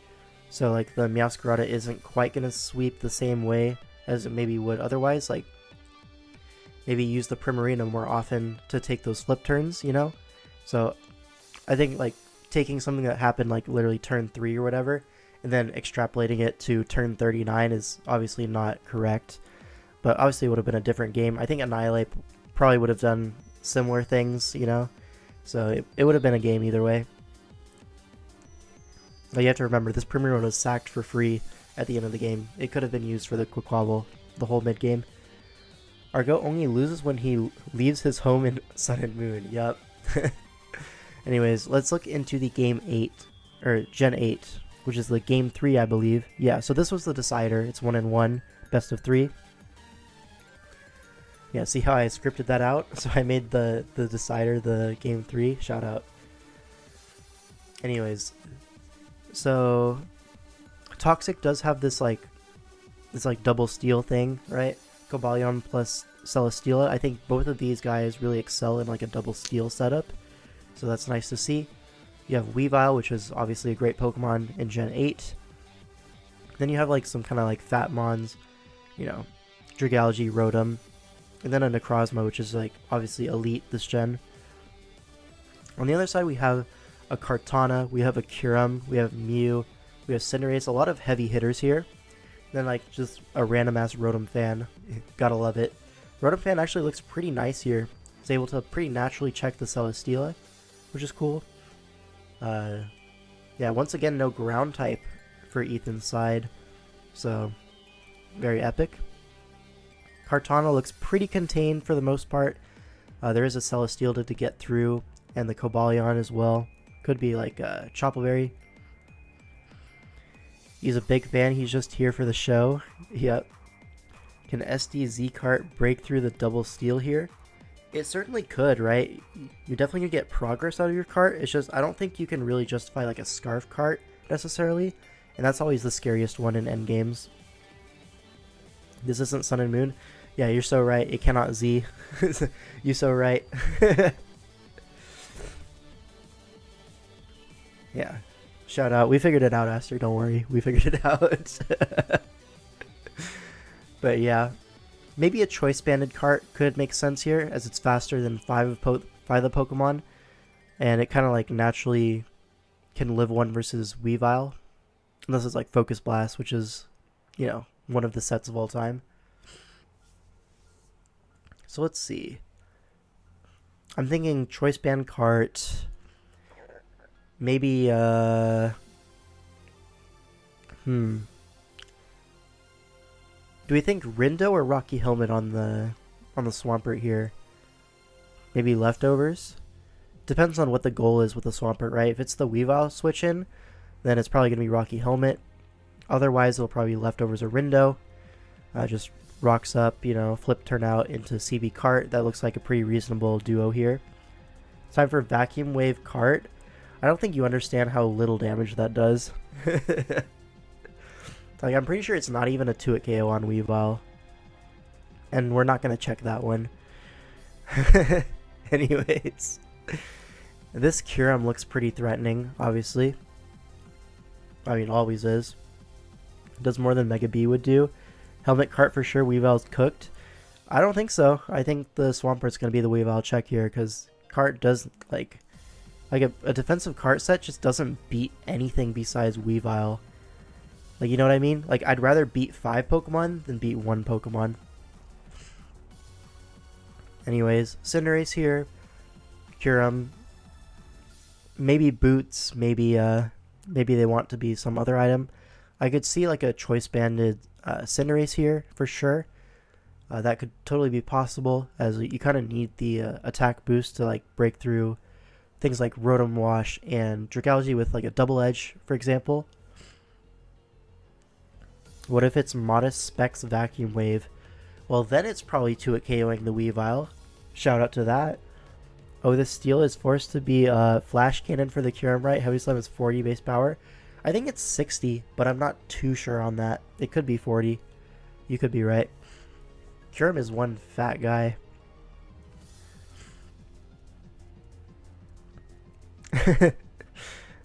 Yeah, shout out to 28 to 34.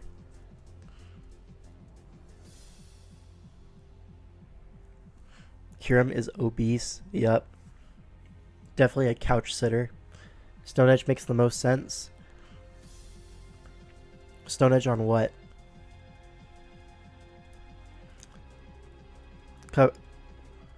Covers Rotom, Ace, and Kyurem? You mean on the Celesteela, right? Yeah, for sure. I mean, anytime you run into like a Rotom fan, Stone Edge is just automatic, right? I'm thinking like a Stone Edge Flamethrower kind of thing.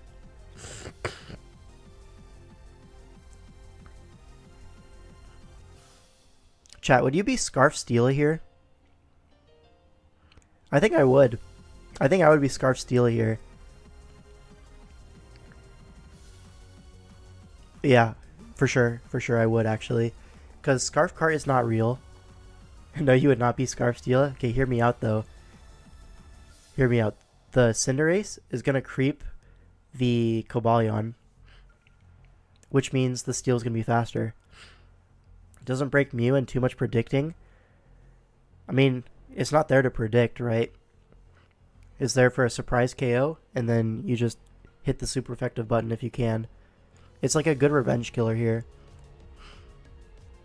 And if the Mew comes in, it's forced to roost or whatever, you could potentially use that to get like your Necrozma in. You could get your Weavile in. There's a few things you could do there. Like, there's a Weavile. It could just be like an offensive Vacuum Wave Mew. That's like such a common thing against Weavile. So I think bulky Mew is not even a guarantee. Probably Adamant, though. Adamant what? Cinderace? No. It has to be Jolly.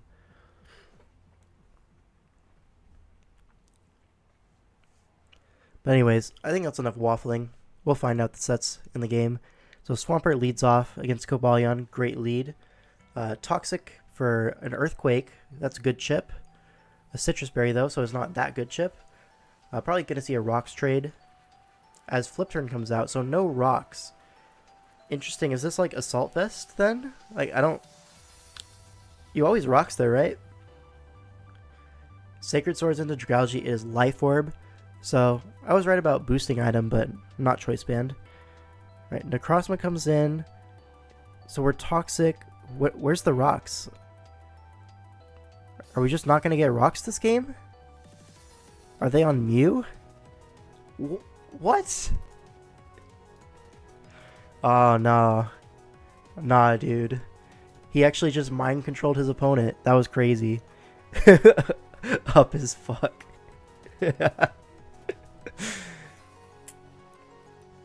Isn't just like auto meteor beam special stealer really good here? Potentially. Yeah. Could have predicted taunt earlier. Feel like you still rock though. No, if you're Swampert, you always rock that turn. Just in case he switches out scouting for Custap, I guess. But like, come on, man. Do you think it's really going to be Custap with this set? No, it's going to be Rocky Helmet, right? It's always going to be Rocky Helmet.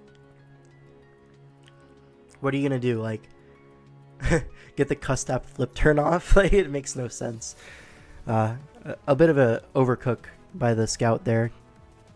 But rocks up. That's so bad. Now the Rotom has to take chip. It's not Scarf Steela. I'm so sorry I led you astray there. That was so sad. But Flame Charge. Flame Charges again. Are we weakness policy?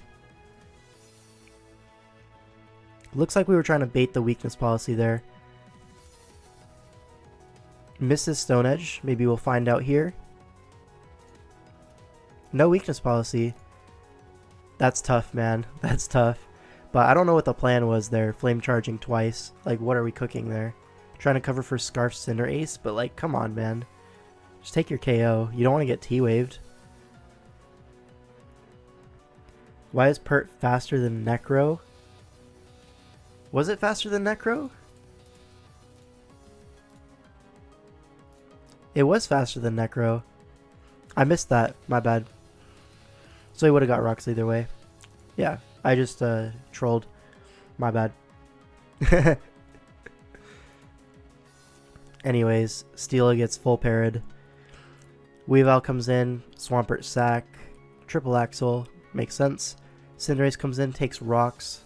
So kind of telegraphing Scarf here. U-turns on the Dragalge makes sense. Gonna be a Psyshock here. Very cool. So leftovers Mew, so probably bulkier set. Cobalion comes in trying to Toxic it. We're not going to let that happen, of course. Blade Cinderace. Yeah, Libero's banned in Sword Shield pretty universally. Greedy second charge, yeah. So Toxic into the Rotom makes sense because the thing that Rotom checks is already dead. You can, you know, kind of just throw it into anything you want. Rotom comes in on a discharge. This is good chip. Yeah, you just discharge it again, right? You end up being slower. Unlucky.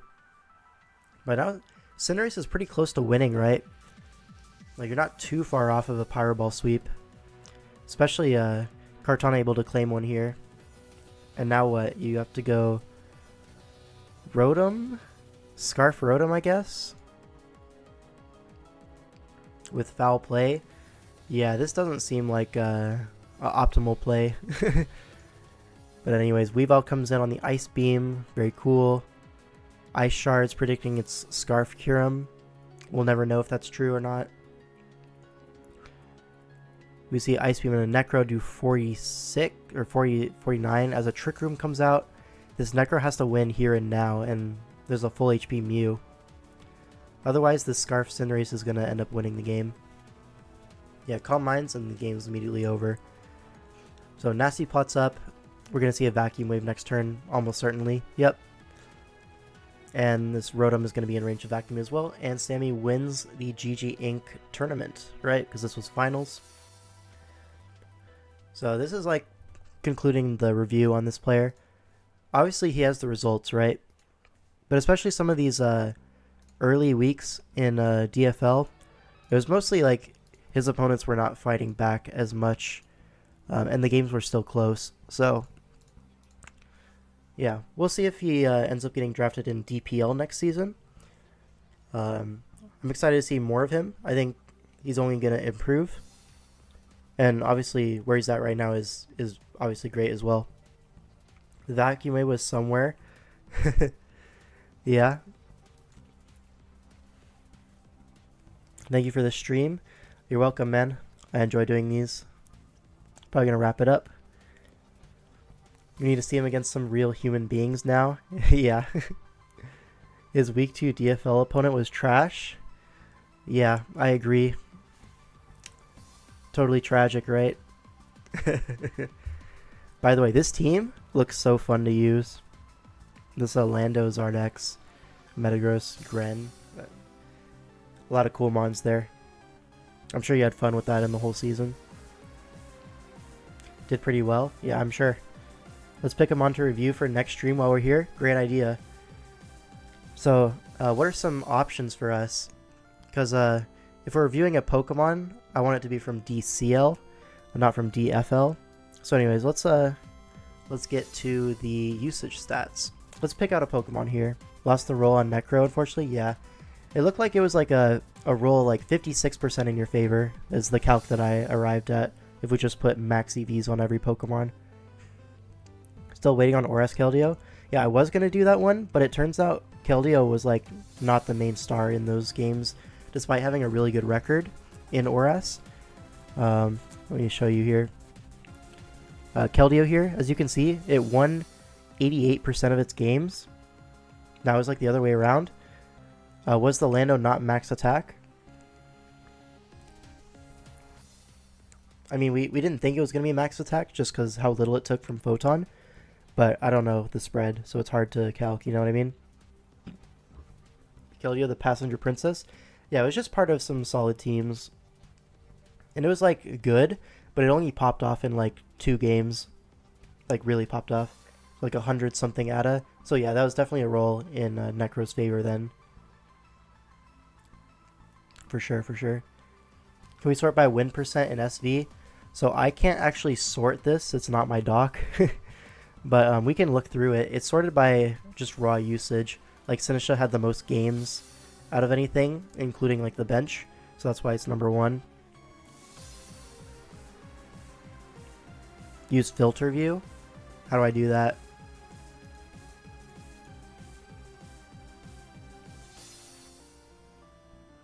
Are we learning something? How do I do a filter view? Calculator next to menu.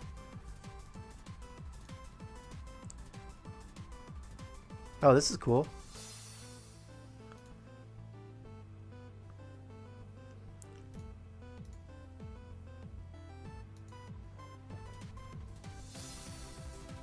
Oh, how does this work? I've never done this before.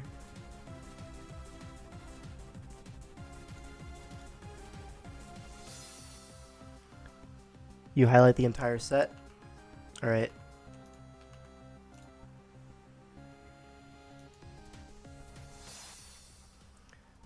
Do I clear? What am I doing? Let me refresh here. What do I do? I've never done this, bro. I didn't know this was a thing. So I highlight the whole thing. Create filter view.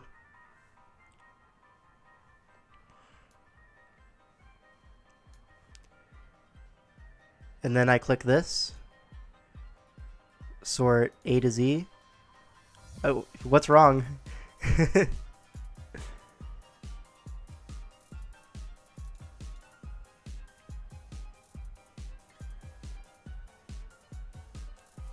Sort by win percent. It's just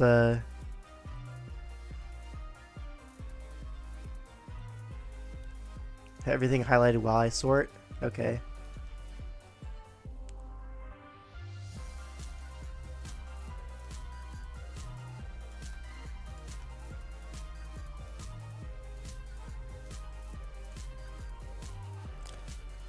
Chat, I was lied to.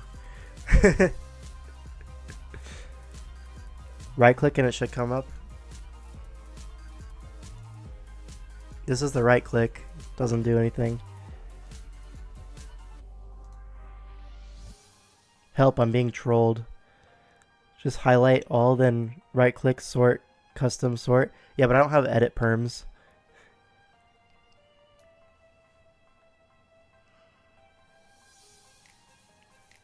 Alright, everything's highlighted. Right click, sort range. Okay, now we're cooking. Now we're cooking.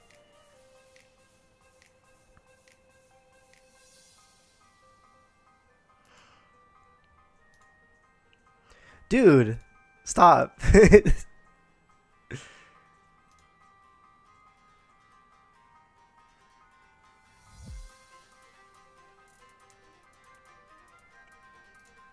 Is it... Why is it broken?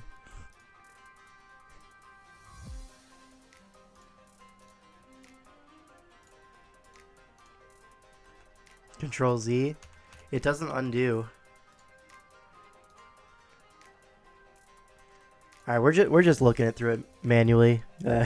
It's just not working. Oh well. Someone just do it and send him the screenshot. We could totally do that as well.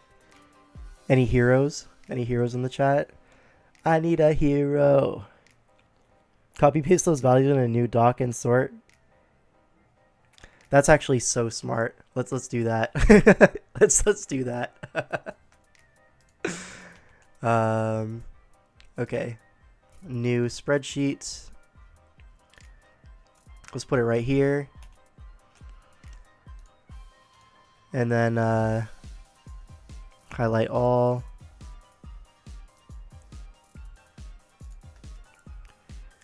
Then where's the sort? Sort range by column. In this one it's I, right? Yeah.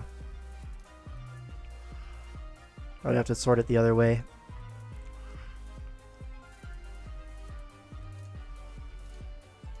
Z to A. Yep. So Carbink is the GOAT. We've decided.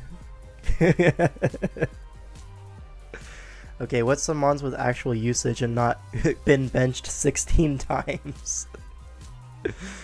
Rotom has also been benched 16 times.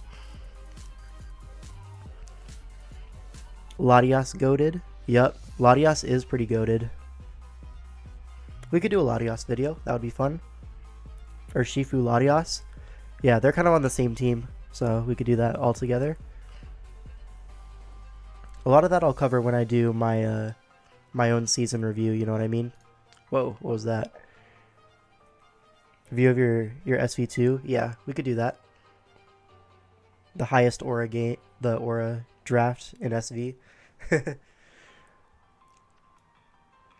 see. Crocodile was kind of cool, but benched a little bit too much, I think.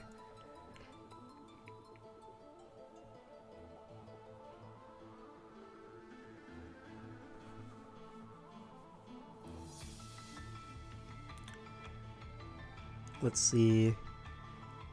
Cerulege was like really good for Lax, right? With Trick of Eye.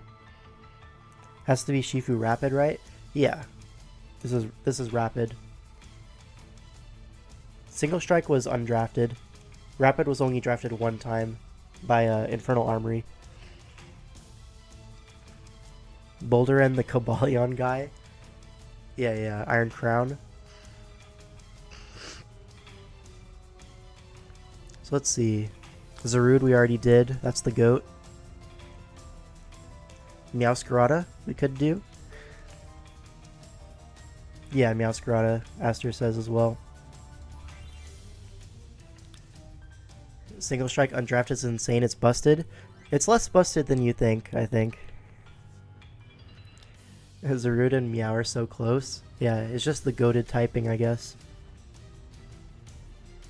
And Amherst was benched 7 times. Yeah. People have been calling that thing a fraud recently.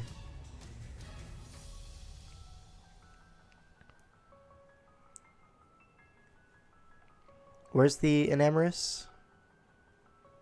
Was it on my screen?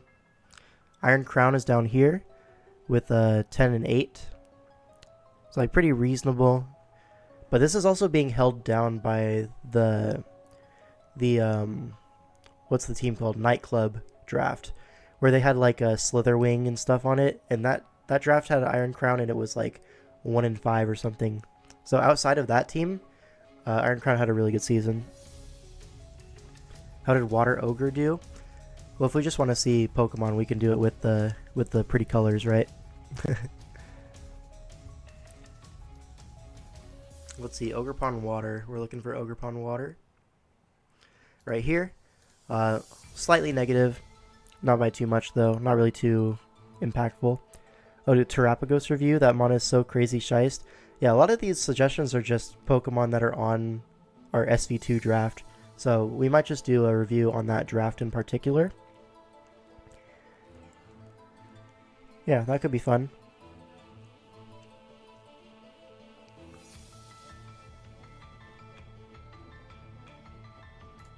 Oh, this is the Enamorous that was benched. Yeah, the turtle form. Yeah, that makes more sense now. iPro's Run would be cool as well. Yeah, we could go over iPro's Run. Although Aster might object to that one.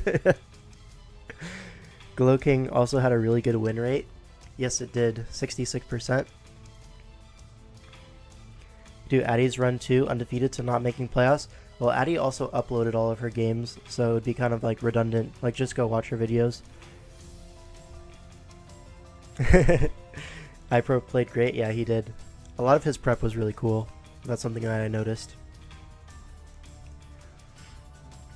Alright. What else here is truly interesting?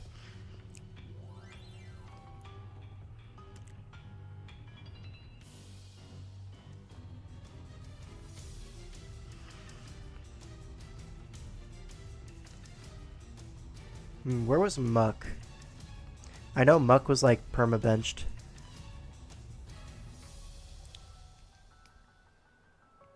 There's Muck, benched 7 times, into Swalot being benched 12 times. Guys, the low tier poison is not real, I promise. Lando I being fraud. Gator Gaming. Yeah, we could go over like for Alligator. That would be a good topic. For Alligator in Sun and Moon. Because like literally 75% win rate. And like he looked really good in the games as well. It wasn't just like being part of a winning team, you know? For Alligator looked good.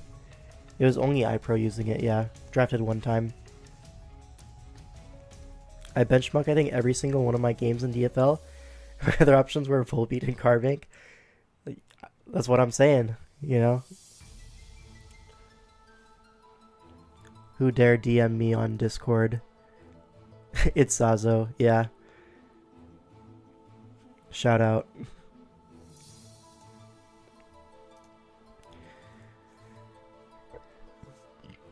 What else could we look at here?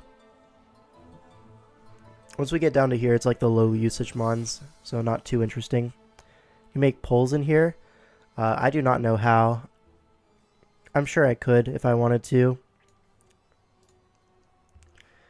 You know what? Let's go ahead and try. Do I have a... Okay, let me make a new window on my thing. Then I go into like the live stream studio, whatever, right?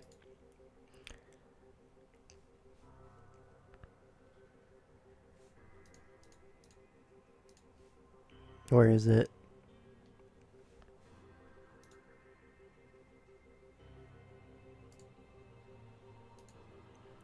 Do I never use this? Live control room. That sounds about right. Just give Aster J mod and let him figure out. That's what I'd do. Maybe. But, let's see. Where's the polls? Pokemon Go to the polls.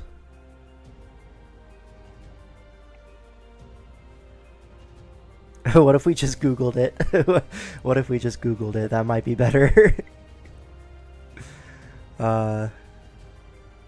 Here. Make polls on YouTube stream. From the bottom of the chat window, tap create a poll. Can I do that through OBS? I have to sign in.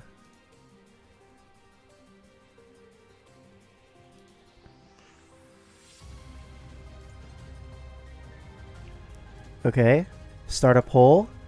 We're so back. We're so back. All right, what are the options here? Ask ChatGPT to make our plays for us on the ladder. That's kind of based. Alright, what are our options here?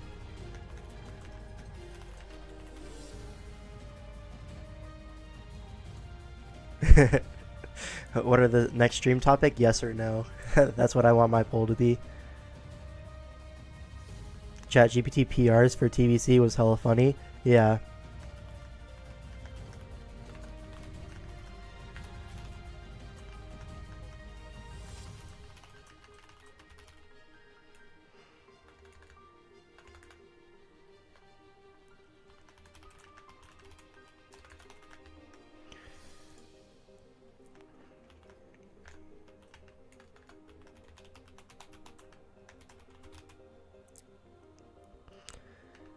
Yo, Aster, these options are the same because SV2 had Meowscarada on it. So if we do a Meowscarada view, we're going to end up doing SV2 naturally, but maybe in less detail.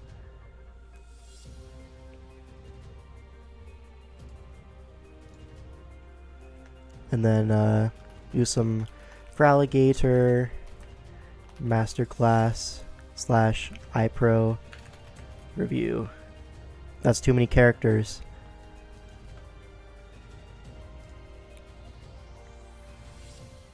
SV2 or iPro, basically.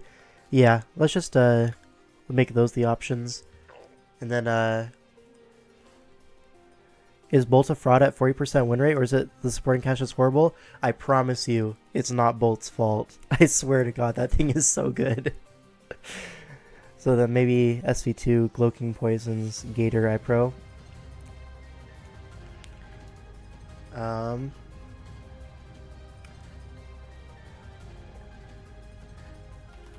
The bulky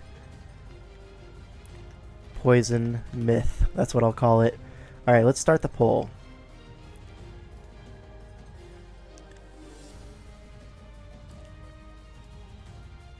Oh my god, there's a poll. Chat, we're using technology. This is so epic.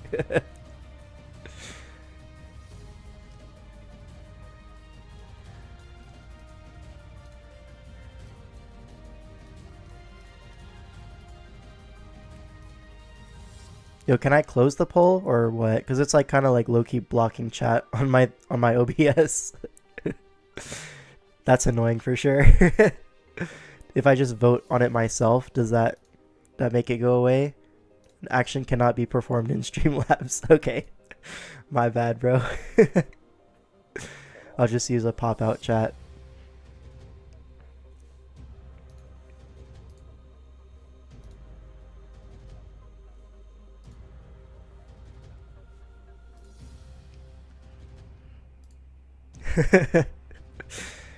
Poor guy.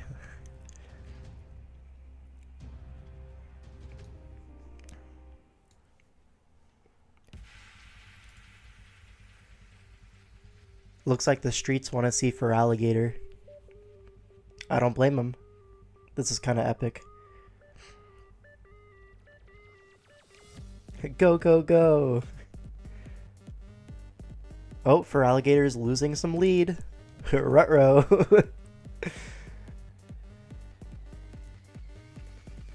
Well, we have 8 votes in and only 10 viewers, so this is pretty much it. Looks like we're going to do some more Sun and Moon next time. Very cool. Talk to It KO just dropped after L5 stops yapping. I get to hear him yap again.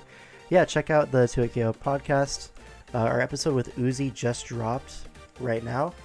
He just won PPL, so obviously a lot to talk about there. Sweet, yep, you already know. Alright, so next stream will probably be... Let me see. What's my work schedule? Let me check.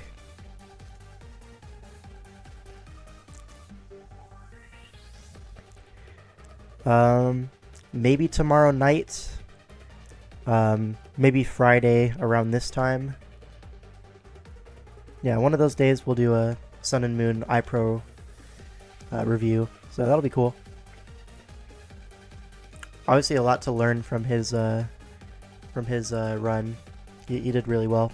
Quit job and stream full time. It'll work out. Trust. That's true. I do have double-digit viewers.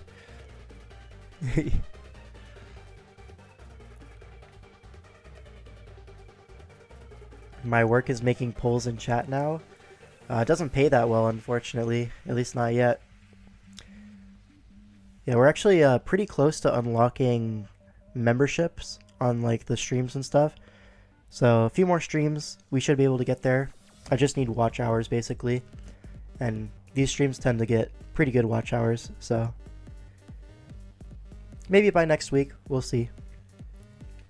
But anyways, that's going to be all for me. Thanks for watching, and I'll see you in the next one.